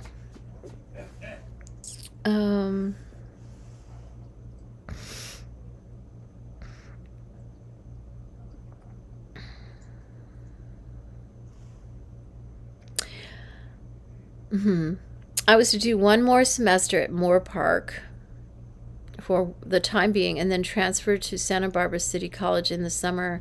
This was a very astonishing turn of events. I didn't expect this, and I had no idea how to react. I was completely dumbfounded. I thought it was just going to be a casual dinner meeting where we would simply talk about my life, and we ended up making plans to drastically change my life.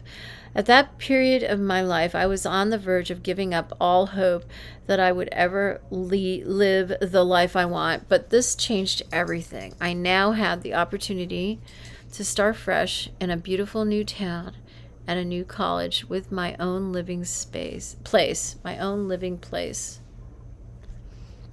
Maybe live with my own living place. Of course, I would have to share an apartment with other college students, but that was part of the experience. It would give me more social credibility than living with my mother. That's for sure. Deep down, I always wanted an opportunity like this, and now I had one just at the time when I was about to give up on everything completely.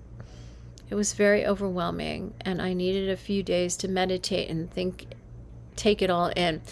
By the way, there are a few moments when the author of this document refers to meditation, meditative moment or whatever.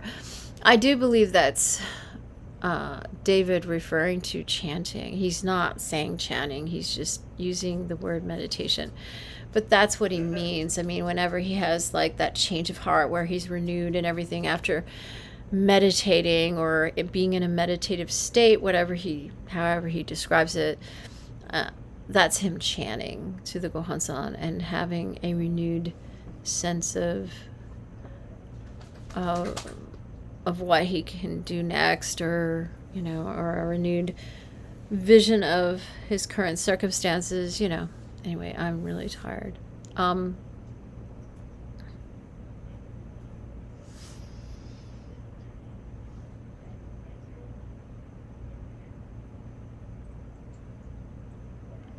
It was such an unbelievable turn of events that I dismissed it from my mind in the following 2 months. It was still 5 months before I would start college in Santa Barbara, so I decided not to worry about it for the time being.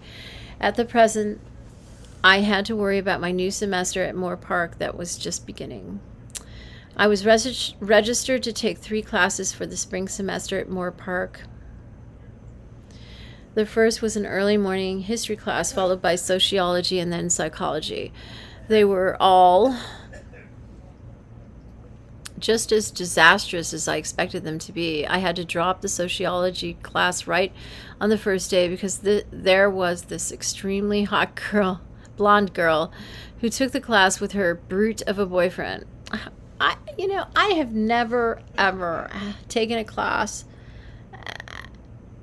and noticed there was any kind of couple in my class. I can't even imagine that. And if there were a couple, they didn't make it known because you're in a classroom and everybody's trying to be serious. I've never even seen anything like that. And he keeps taking classes and there are couples in the class again. And I don't know, it seems like he's just looking for anything that looks like what he hates, and it keeps popping up again and again because he's so focused on it. That's what happens, it's like a formula, you put this into it and you get out what you put into it, and he thinks it's not him, but it is him.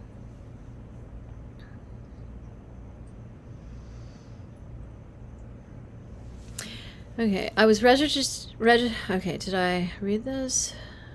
Oh, right, yeah, I did. I couldn't stand looking at them sitting together. I mean, I just can't even imagine. And I've taken a lot of classes over the years. I can't even imagine. I've never had a class where there was a couple in it. I've never taken a class with a couple. And he keeps taking these classes and there are couples in every class that drive him batty. I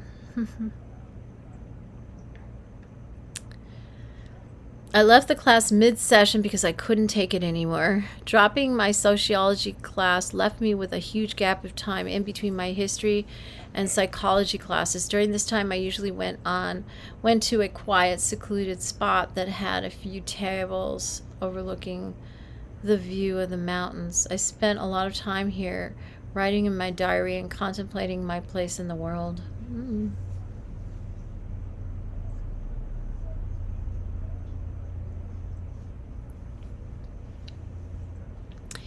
My 2 remaining classes were not much better.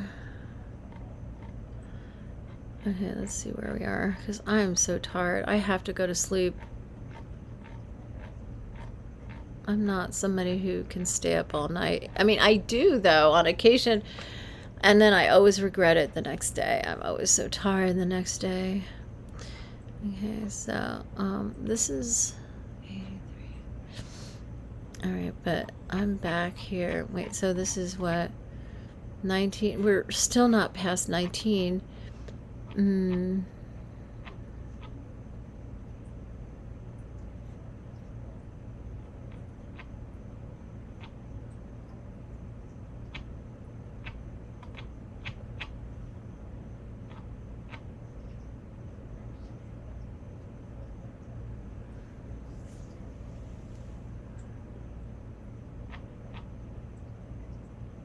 Oh, the secret. There it is. He talks about the secret.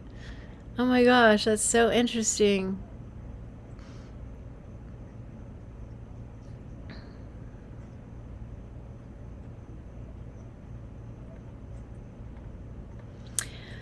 Okay, my 2 remaining classes were not much better. In my history class, I had a crush on a really pretty girl, only to find out that she had a boyfriend. And in my psychology class, there was this group of popular kids who acted obnoxious the whole time. One of them was a very pretty blonde girl, and she actually enjoyed associating with the obnoxious boys in her clique. The injustice I hated them all. Everyone treated me like I was invisible.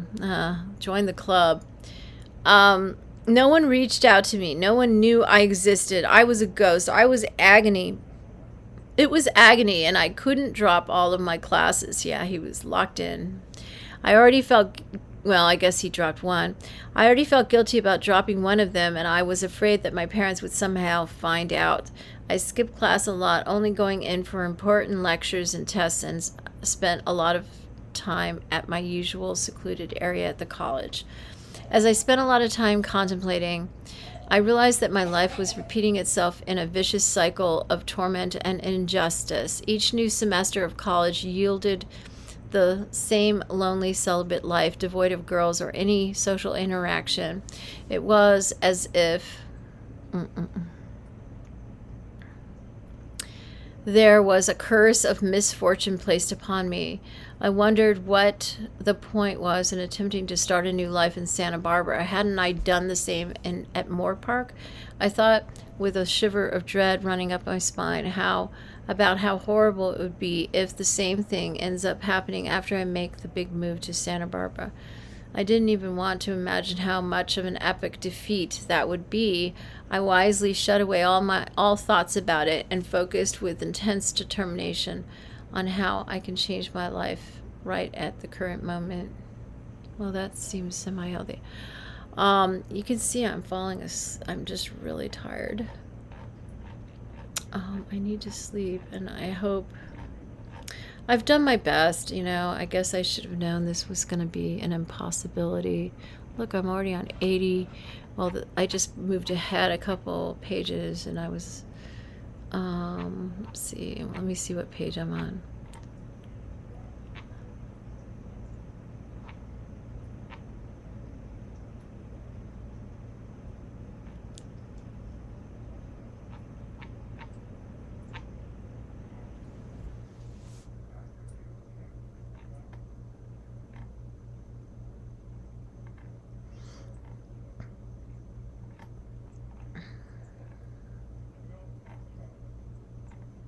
Mm-hmm.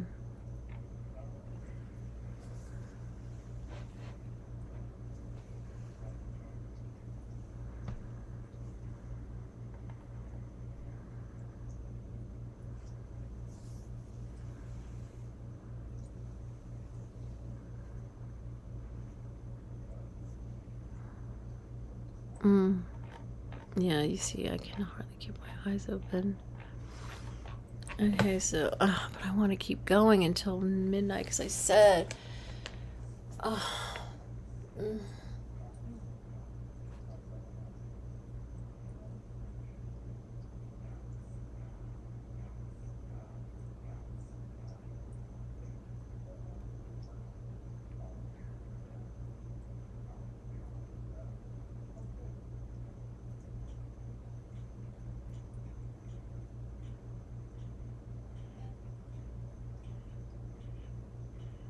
yeah, I need to sleep.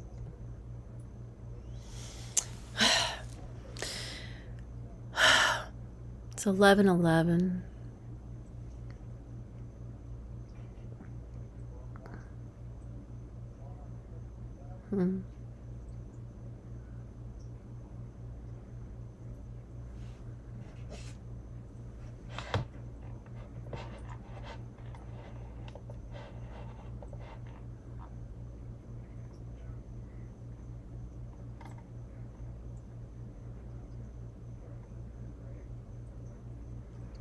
So I'm almost on page 80, so that's 20 pages, and then 37 pages, that's 57 pages. I'm almost there. I will, if there's any kind of deadline,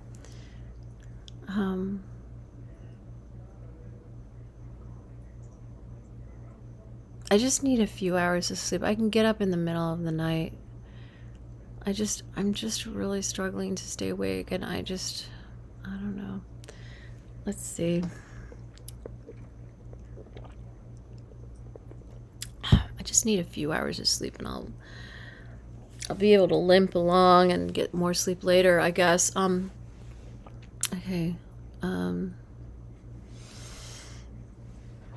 I'm glad he spent a lot of time contemplating. You know, that's what you need to do. You need to examine your thoughts. And that's what your time when you're chanting to the Gohanzon is for. It's, you know, a lot of people are imposing their dream upon, you know, upon reality. But, you know, every so often, I mean, I think you can do that when you chant, but also allow the Gohanzon to communicate with you. You're having a two-way conversation, and I know it sounds really strange and everything, but the Gohanzon will show you things. I mean, you really are looking into the clear mirror of your life, and it will show you things if you only look. You know, if you only look at yourself and embrace the truth, you know, it will show things that will rock your world. Don't be afraid to look at yourself and, you know, face the truth. I think that's the most important thing you can do in front of the Gohanzon, rather than tell the Gohanzon what you want. I mean, the Gohanzon knows what you want. Really, truly. But I do think, you know, part of the conversation is telling the Gohanzon what you want. But, you know, if you look at yourself, and I really feel like, you know, it's more important to follow the Gohanzon's lead instead of trying to lead the Gohanzon. You know, your enlightened self knows better. Even if, you know, you don't know better. Your Buddhahood knows what's best for you, and you have to have kind of faith. That you do have to have a certain kind of faith in that, to try and impose your desires, you know, on the Gohanzon. I mean, that's whatever you get off on, okay? But, you know, when you reach a higher level of practice, you know, you'll want to know what the Gohanzon has to say. You'll want direct feedback from the Gohanzon. You won't want to be spending all your time imposing your views on the Gohanzon when the Gohanzon already knows. You know, your Buddhahood already knows what you need. You know, you don't need to supervise your Buddha nature. You need to allow your Buddha nature to supervise you in your life. All right, so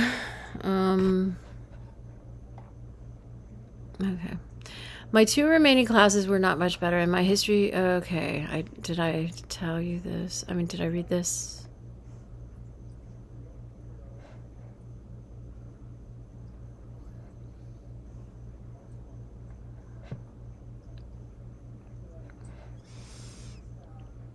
No one reached out to me. No one knew I existed. I was a ghost.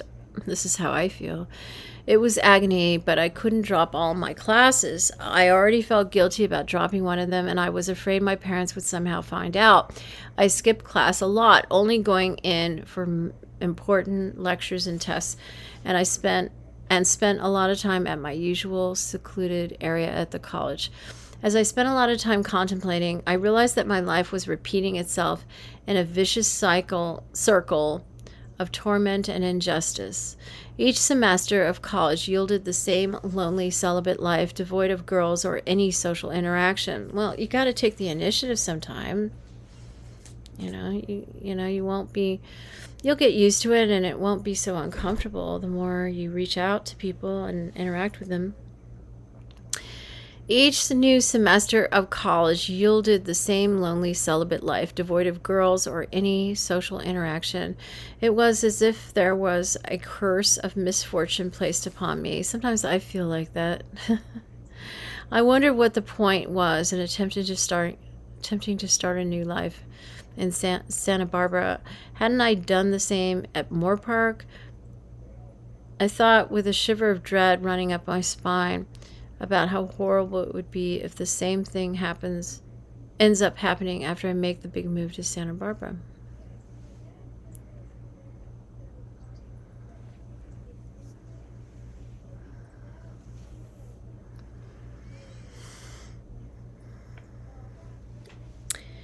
I didn't even want to imagine how much of a public defeat that would, how much of an epic defeat that would be. I wisely shut away all my thoughts about it and focused with intense determination on how I can change my life right at the current moment.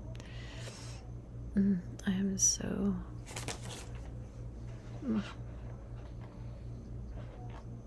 This is when he starts up about the secret, like I just mentioned. Okay, yeah. All right, so how long have I been streaming?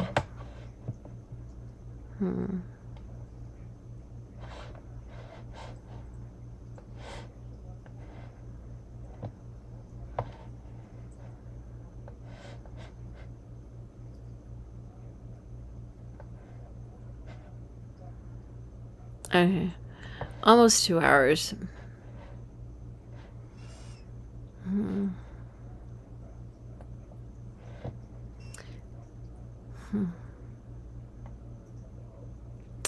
Yeah, I guess I'm gonna have to just end this because I mean, I have almost 40 minutes till midnight. I was so wanted to get this done, and I'm disappointed that I'm not anywhere near. It was kind of unrealistic to think that I could read this whole thing.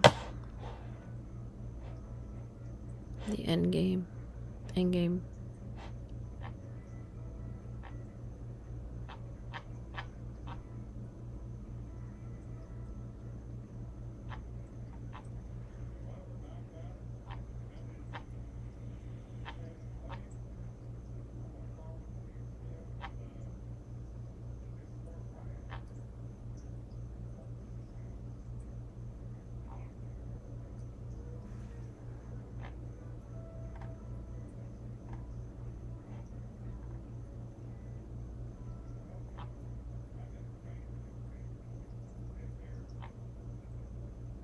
Okay, here we go. Okay.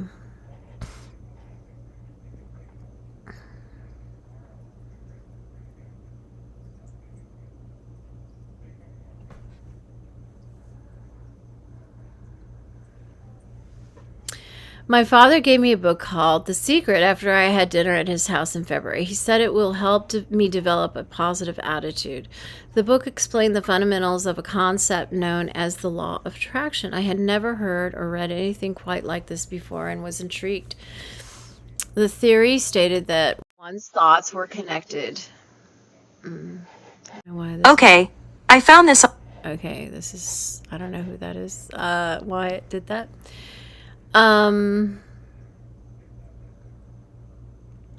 I had never heard or read anything like this before, and I was intrigued. This theory stated that one's thoughts were connected to a universal force that can shape the future of reality. Being one who always loved fantasy and magic and who always wished that such things were real, I was swept up in a temporary wave of enthusiasm over this book. The prospect that I could change my future just by visualizing in my mind the life I wanted filled me with a surge of hope that my life could turn out happy. The idea was ridiculous, of course.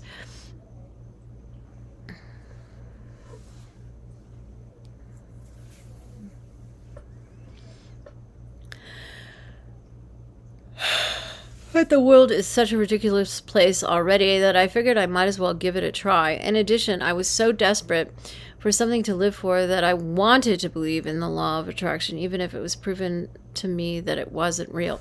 Once I finished reading it, I drove all the way to Point Dume in Malibu and climbed out to the cliffs at the very edge.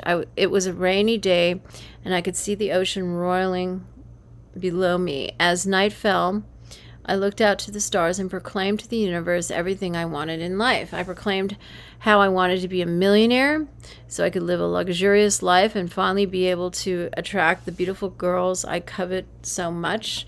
I wished to make up for the years of youth that I wasted in bleak loneliness, and by doing so, I would get revenge on everyone who thought they were better than me just by becoming better than them through the accumulation of wealth. I believed that the only way for me to attain this wealth at the time was to win the lottery, and that is what I visualized doing.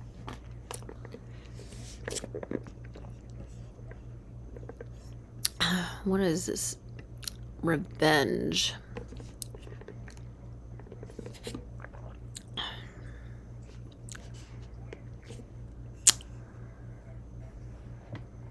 I don't know. Revenge. I don't even think about stuff like that. It doesn't even occur to me. I gotta get him back. What I think about is, revealing the truth. Standing up for the truth without too much fallout. I don't even think about revenge. The universe takes care of that for you. You don't have to worry about it. Cause and effect is severe, and it may seem to you, it may appear to you, it's like an optical illusion. It's not true that no one, everybody gets away with stuff. Everybody, it's an optical illusion. It's not true. Everybody struggles in one way or another. And there's always a way out. You've never reached. You may have reached a brick wall, but there's a way around the wall if you open your eyes. All right. I am so tired. It's almost 11:30. Am I going to be penal? David Wayne Craig, please, can I go to sleep and wake up in the middle of the night and resume this? Please don't penalize me. I'm really trying hard. This is my 8th live stream in I don't know how many days, just a few days. I've never created content at this level. And it would be really nice to go to sleep right now. It's just really hard for me to keep my eyes open. And I feel like I would do a better job and be easier to understand if I could conclude this now and return after hours before the morning. I am almost on page 80, which means I have 20 plus. I know there's only 37, even though it says 141. So 80 plus, say, 36 is 5.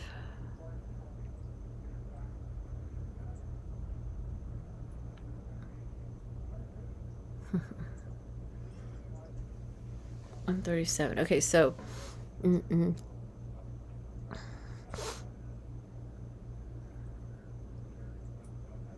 so it's 12 minus 7 is 50.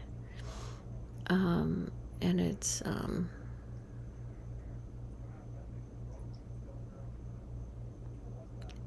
58 pages left. 58. It's almost 60.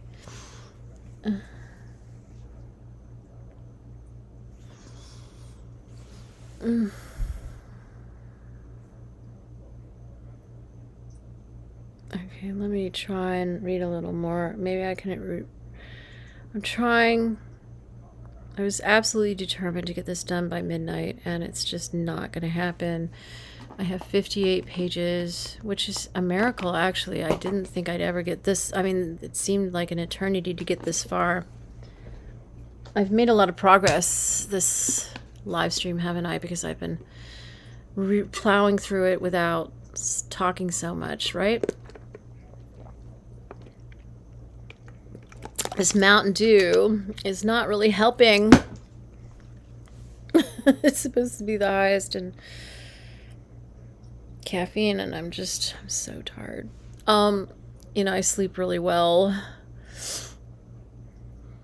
But 7 is the sweet spot. 7 hours a night. When I get any more than that, I can go slightly over that. It's around 7 that is perfect for me. Yeah, I never feel as good or as alert if I go to 8. 7 is perfect. And I could sleep longer. I love to sleep. I fall asleep really easily. It's hard to stay up at night usually. Well, not when I don't know. I'm just so tired today because I didn't sleep last night. And it's catching up with me. But all right, let me read a little longer. I'm feeling a surge of a very slight surge of minor energy. Maybe because I've been sipping this. Okay. I'm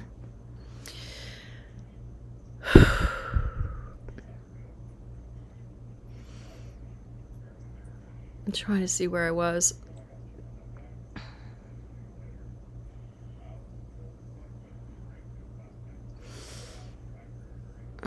Where was I? Was it up here? Okay. So you read The Secret. Okay.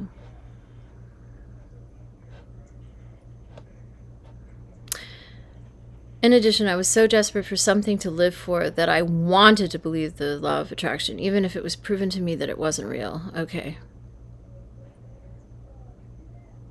He was swept up in a temporary wave of enthusiasm over this book. Okay. Once I finished reading it, I drove all the way to Point Dume in Malibu and climbed out to the cliffs at the very edge. It was a windy day, and I could see the ocean roiling below me. As night, I know I read this already. As night fell, I looked out to the stars and proclaimed to the universe everything I wanted in life. I proclaimed how I wanted to be a millionaire so I could live a luxurious life and finally be able to attract the beautiful girls I covet so much. I wished to make up for the years of youth that I wasted in bleak loneliness, and by doing so, I would get revenge on everyone who thought they were better than me just by becoming better than them through the accumulation of wealth. I believed that the only way for me to attain this wealth at the time was to win the lottery, and that is what I visualized doing. Okay. I then descended the cliff top on Point Dume and walked along the Malibu Ocean just like I did a couple months previously at the beach house. I saw a couple walking along the shore ahead of me. The man looked to be in his late 20s or early 30s, and the girl he was walking with looked like a supermodel. I assumed he was very rich and owned a nice house in Malibu. The two of them were walking hand in hand, and I saw him subtly place his hand on her ass every now and then. He was living the life. He was in heaven. I was envious, but since the man was older than me, it also gave me a twinge of hope, especially after my proclamation to the universe at the cliff top. So you notice he's using the term universe. Well, I guess that's part of the secret, maybe, because we wrote it and we use the term universe in Nichiren Buddhism. If I become a multimillionaire, I would be able to walk on the beach with a beautiful girlfriend too. Exactly. And my life would be complete. That was what I wanted. That was what I wished for in my future. As I've always believed, I am destined for great things. Becoming a multimillionaire at a young age is what I am meant for. Okay. My faith was soon broken. See, this is the problem. He lost faith in that. If he had focused on that, he would have been amazed at what he could create for himself. He underestimates his power. Yeah, I'm feeling a little more energy right now. So my faith was soon broken. My faith was soon broken as I bought a few Mega Millions lottery tickets and visualized myself being the winner. I usually visualized it by meditating on the rooftop of my mother's apartment right at the time of the drawing. A part of me knew it was impossible to will the universe to make me the winner just by wishing for it on a rooftop. But I was so desperate that I wanted to believe I could. I wanted to believe that I had the power to do it. After failing to win when the jackpot reset because someone else won, I lost all faith in that book and I almost ripped it apart in frustration. Well, okay. You know, I haven't read the book or watched The Secret for a long time. you have to be open for whatever is best for you. You can't like expect one outcome. You have to be open to whatever is best for you. You probably don't know what is best for you. You know, you tell the universe what you want, and the universe delivers the appropriate response according to what it, you know, the universe knows more than you. You know, you consciously can't know everything in your heart. We're human beings. We're, you know, we are limited. We can't always be conscious of everything. But, you know, our subconscious is like a vast ocean and limitless. And so is the universe. And the universe is, you know, in direct connection with that vast ocean of our subconscious where our Buddhahood resides. And it knows what we truly want, what we really need and truly want. And, you know, the superficial conscious mind can, you know, is only so powerful. It can't even match the power of our subconscious. It could never even like begin to match it. And so I just think that we need to yield to our Buddhahood, yield to our subconscious, you know, put out what we want, you know, consciously. The conscious mind needs to play a role. But I feel like, you know, when we try to supersede the subconscious, and which in turn means our Buddhahood, that's when we really can go wrong. It's like, no, yield to your Buddhahood, don't make your Buddhahood yield to you, you know? It's not, you're not a slave, you know, you're not supposed to be a slave master to your subconscious, to your Buddhahood, you know. Yield to your Buddhahood. Allow the Buddha that is you to guide you to what is best for you and is the next step for you. It might not be, you know, what you envision yet, but your Buddhahood will lead you, will lead you on a path to that place eventually, or something better. And that's where, you know, faith comes in. And with experience, that faith grows. You don't have to have faith in it. You just have to give it a shot and keep your mind open and not force and command. And, you know, that's when you shut doors and become weak and small. Openness is, you know, so vast and limitless. When you open, it's just so big and open, right? When you push, you know, you're making things small, and you know, it's a totally different energy. Yeah. It's like a surrender. And it is like it's a sacrifice. Well, you know, people don't understand sacrifice today. People really don't. They, you know, I just know I want the absolute best for myself. And so I yield to my Buddhahood. I think I know what I want, but then like my Buddhahood shows me, hey, you deserve better. And you know, and I know from experience it always leads me to better. And so I trust it with all my heart. I mean, you might not trust it at first, and that's fine. Just try it out. And then try it again, and then try it again. And eventually you'll just be so impressed. You can't help but follow your Buddhahood and yield to your Buddhahood and sacrifice your conscious mind that leads you astray and confuses you, you know. Just let it sit back and watch and follow Buddhahood.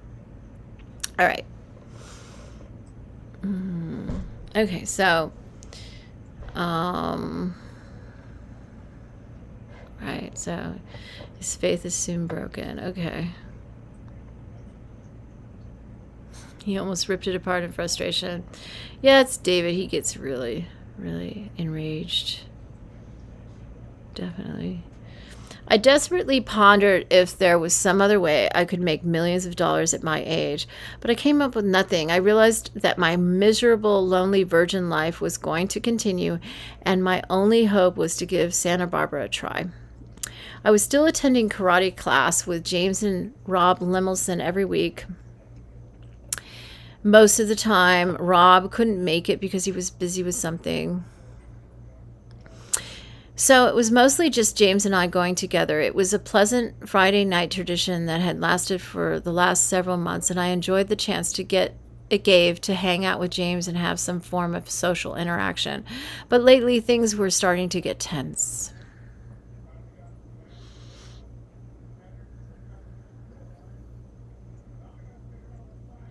I was constantly annoyed at how I wasn't getting better at my karate moves in the class, and that one little kid still treated me with disrespect because I was still a white belt and he was a brown belt.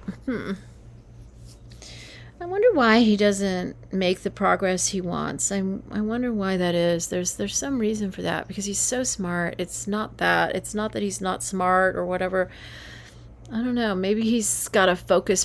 He's not focused or something. I don't know what's going on here. All right, so, and that one little kid still treated me with disrespect because I was still a white belt and he was a brown belt. I was also frustrated at how James was so much physically stronger than I was, and how he was so much more skilled at karate than me.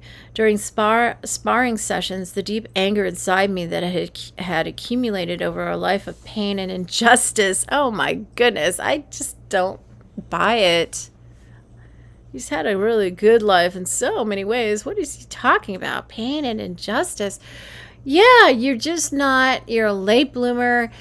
You're not attracting the women you'd like. You're still a virgin, but that's going to change. I mean, you can't stay the same forever. It's going to change, and you can only, change for the better,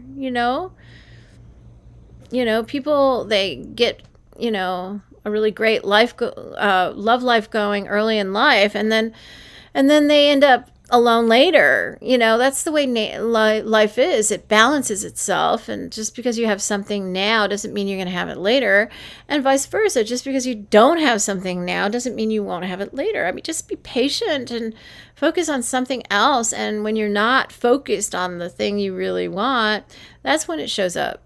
Always. Okay.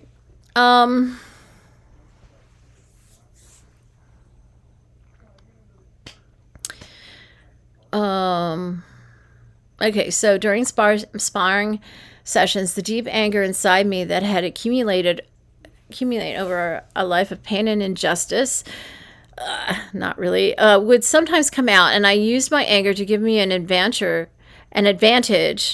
when I sparred with James and the other students. The karate teachers didn't like this, and I was criticized. I found the anger to be quite euphoric when I used it to fight, and I enjoyed it in a bittersweet way. After our karate session, when me and James went to a restaurant in the Palisades to have dinner, I sometimes got very angry when I saw a group of teenagers or a teenage couple. Oh my God, just get real. I mean, that's life. I mean, it's so weird that he's like, he allows such a sight to upset him. It's him who's upsetting himself, and he's blaming it on the vision of two people in love walking as a couple. And that's just not true. You can train. He's in control. He's acting like he's not in control, like they're in control of him. No, you're in control of that. You do not have to react that way. You can choose to react differently. You can choose to admire them and look at it as a sign that's coming into your life, or you wouldn't see it every time you turn around. I mean, that's the way I see things like that. Like, I keep seeing one thing, I'm thinking, oh, that's an indication in my environment that that's what's coming my way. You can make it a good thing. You don't have to be so, I don't know. It's really strange the way he thinks. And he needs help. He needs someone to help him order his thinking process.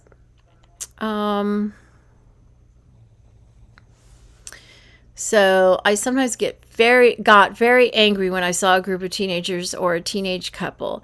I constantly talked to James with vehement rage about my envy and anger at such people. Oh my goodness. I told him about how I wished I could make them all suffer. We had a lot of conversations about what we would do if we had all the power in the world. And I told him about all of the torturous acts of revenge I would carry out against all those who have insulted me or lived a better life than me. Oh my goodness. I thought that James would relate to me since he was also a virgin who had no girls in his life. But some of the things I said began to disturb him. Yeah, I can understand why. One night he told me with a lot of distress that enough was enough. He didn't want to hear it anymore. That was also the night that I decided to quit the karate class. Interesting. Okay. I didn't speak to James until the two of us attended Rob Lemelson's birthday party in late spring. So he's getting close to turning 20, isn't he? It was celebrated at a very upper class restaurant in Los Angeles, and the Lemelson family rented a private room with 7 tables for the occasion. The food was absolutely delicious, and the wine was exquisite. Each bottle was from 1985 and probably worth over $1,000 each. Okay. I was seated next to James at the young person's table, and at that table I ran into none other than Julian Ritz Barr. I hadn't seen him since we were hanging out together with Charlie, John Joe, and Elijah. That was 7 years ago. The oaf didn't even remember who I was. I found out that his father was good friends with Rob. When I mentioned him earlier in the story, I talked about how much I would envy him, and this was the night when that happened. There were a few girls at our table, daughters of Rob's friends. One of them was pretty. I believe she was the daughter of Pietro Scalia, a renowned film editor. She had very sexy eyes, and she was tall. I always had a thing for tall girls, and this one was almost taller than me. I had to suffer watching Julian sweet-talk all of the girls. He acted so confidently, and the way the pretty girl looked at him with those sexy eyes of hers, that was a look that no girl ever gave to me. I could tell that she was attracted to him. I became more enraged with each second I had to suffer through this. The girls treated me like I was invisible. That's not true. I don't think that's true. He keeps stressing that, and that's why he keeps being invisible. But they all paid attention to Julian. What made it even worse was that Julian was a year younger than me, and he acted like an obnoxious prick. He likes to use that term. But the girls liked it. The more enraged I became, the more wine I drank. James was probably worried about how angry I was getting, and he tried to strike up random conversations with me to distract me from Julian. It was very hard to help myself from getting up and dumping my wine all over Julian's stupid head. Oh my goodness. Perhaps I would have if the birthday cake wasn't presented so early. Everyone stood up to sing happy birthday to Rob, and then the meal was over. Some of the guests left, and James and I switched to a different table. By the time the party was over, I had consumed 8 glasses of that 1985 wine. I was underage, but no one seemed to notice me drinking. I was literally stumbling out of the restaurant. Okay. I saw James again a couple of weeks later, and that would be the last time I see him for quite a while. It was at another dinner party of Rob's that he held at his house in the Palisades, though for no special occasion. This time, another person who was a target of my extreme jealousy was there. His name was Roy, an Indonesian boy who was the son of Rob's housemaid. He was 4 years younger than me and James, and he took pleasure in bragging to us about his success with girls. He kept showing us pictures of his supposed texting conversations with girls. James didn't seem to mind it. To my outraged surprise, I, on the other hand, could barely tolerate the insolent little worm. Oh my gosh. At the party, James and I frequently went outside to have conversations about our fantasies. I wisely refrained from getting too extreme in what I said, but we came up with some interesting scenarios.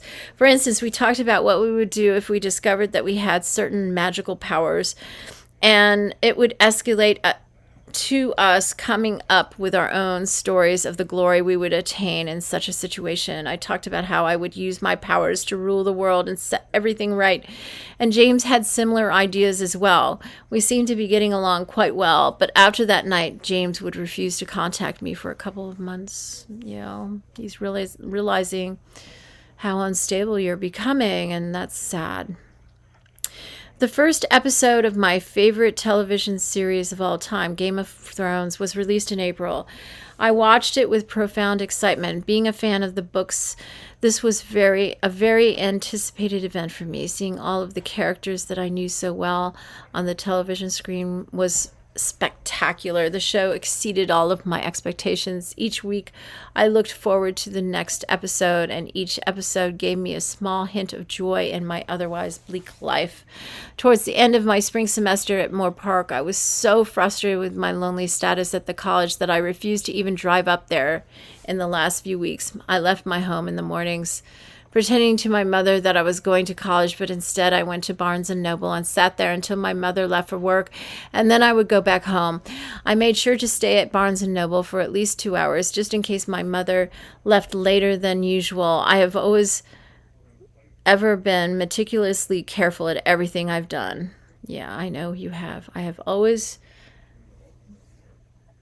been meticulously careful. Yeah, we all know it, David. On the last day, I went to my classes, quickly took my final exams, and left. When my classes lined up for the final exams, everyone had a group to socialize with while I stood on the side alone. Everyone must have thought I was a complete loser. Thank goodness it was the last day. The people in those classes angered me to no end. That was the last time I would ever see that college. On the drive home, I cried to myself as I listened to music on the radio, as I always did. I failed to get the life I wanted at Moore Park. I had nothing going for me in my life except the prospect of starting a new life in Santa Barbara. That was my only hope, and it seemed very bleak.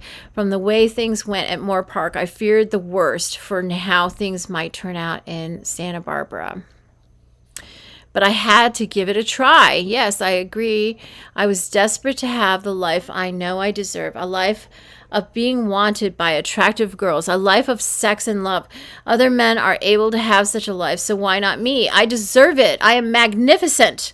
No matter how much the world treated me otherwise, I am destined for great things. I agree. I just wish that your interpretation of these words wasn't so much different than my own. At the end of spring, I had to commence with my summoning to jury service. I received the summons in the mail a few months prior, but I postponed it until May because I was too anguished to deal with such trivial matters at the time. The courthouse was all the way in Santa Monica. That's where we all used to live. As I sat in the waiting room before my interview with the judge, I saw a very pretty girl who looked about the same age as I was. She had a face that melted my heart. What I would give to hold her in my arms and kiss that pretty face of hers. I wanted to talk to her, but I just couldn't. I felt too insecure. I was afraid she would think of me as a creep, as all other girls did. Oh, so sad. To my fury, another guy came in and struck up a conversation with her. They started talking comfortably, and he even made her laugh. I had to watch it all, and it broke my heart. Oh, my goodness. Like he already possesses her, and he doesn't even know her. Okay. I wanted to get out of there as soon as I could. I hoped that I could make an excuse to avoid having to do jury service. When I was called in for the interview, I requested to be excused due to the fact that I was moving to Santa Barbara soon. To my relief, the judge told me I can go and wished me good luck. As I drove out of the courthouse parking lot, I saw the same pretty girl. She must have been excused as well. Again, I wished I could have said something to her. She would have made the perfect girlfriend for me, but she was probably already attracted to that other guy who sweet-talked her in the waiting room. Damn him! I felt so sad on the drive home. When I passed by the Palisades, I stopped by a park that I used to play at with James when the two of us were little. I walked around a little for a bit and took a ride on the swing, reminiscing about happier times. Wow, he's always reminiscing. He always is. He's always focused on the past. And I think that's some of his problem. He's not having hope for the future. He talks about having temporary hope, and then he loses faith. No faith. He just doesn't believe in his ability to create his own life. You know, he thinks it's everything else outside. He thinks everything's outside himself. He doesn't understand his own power. This is a problem. And it sets him up to do something like he did to assert what power he feels like he doesn't have inside his life. And I wonder why he feels that way. Like, what happened? Like, what is he leaving out of the story? There's something missing in this story. I mean, I know David's life and how he was abused. This guy wasn't abused, so, you know, it does make me wonder what they left out of the story. Because to make him feel so, I don't know, to leave him with such low self-esteem. I mean, I just don't think that's natural when you're a happy kid in a healthy environment. You know, that usually builds up your self-esteem. So I just wonder what he's leaving out of the story, other than the story of David, you know, what David went through.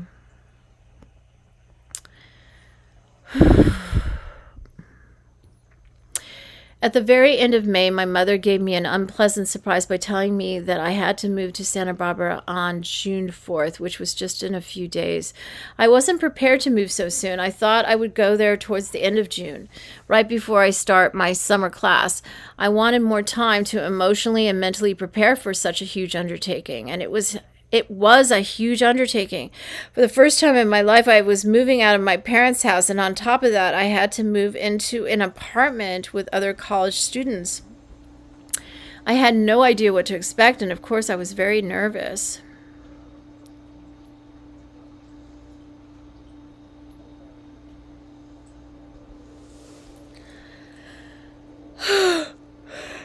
My mother and I found 2 apartment complexes in Isla Vista that I could potentially move into. I went with my mother and father on a day trip to Santa Barbara to take a look at them. We first had lunch at a restaurant on Cliff Drive, and while there, I admired how beautiful Santa Monica truly was. I found it to be like a mixture of Malibu and Santa Monica. Yeah. I would say that's about right, depending on what part of it I was in.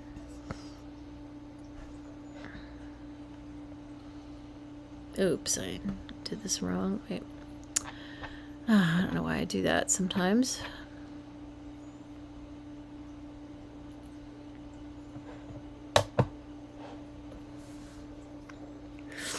I was astounded when we toured through Isla Vista. It was a whole town of college students living together right next to UCSB and right next to the beach.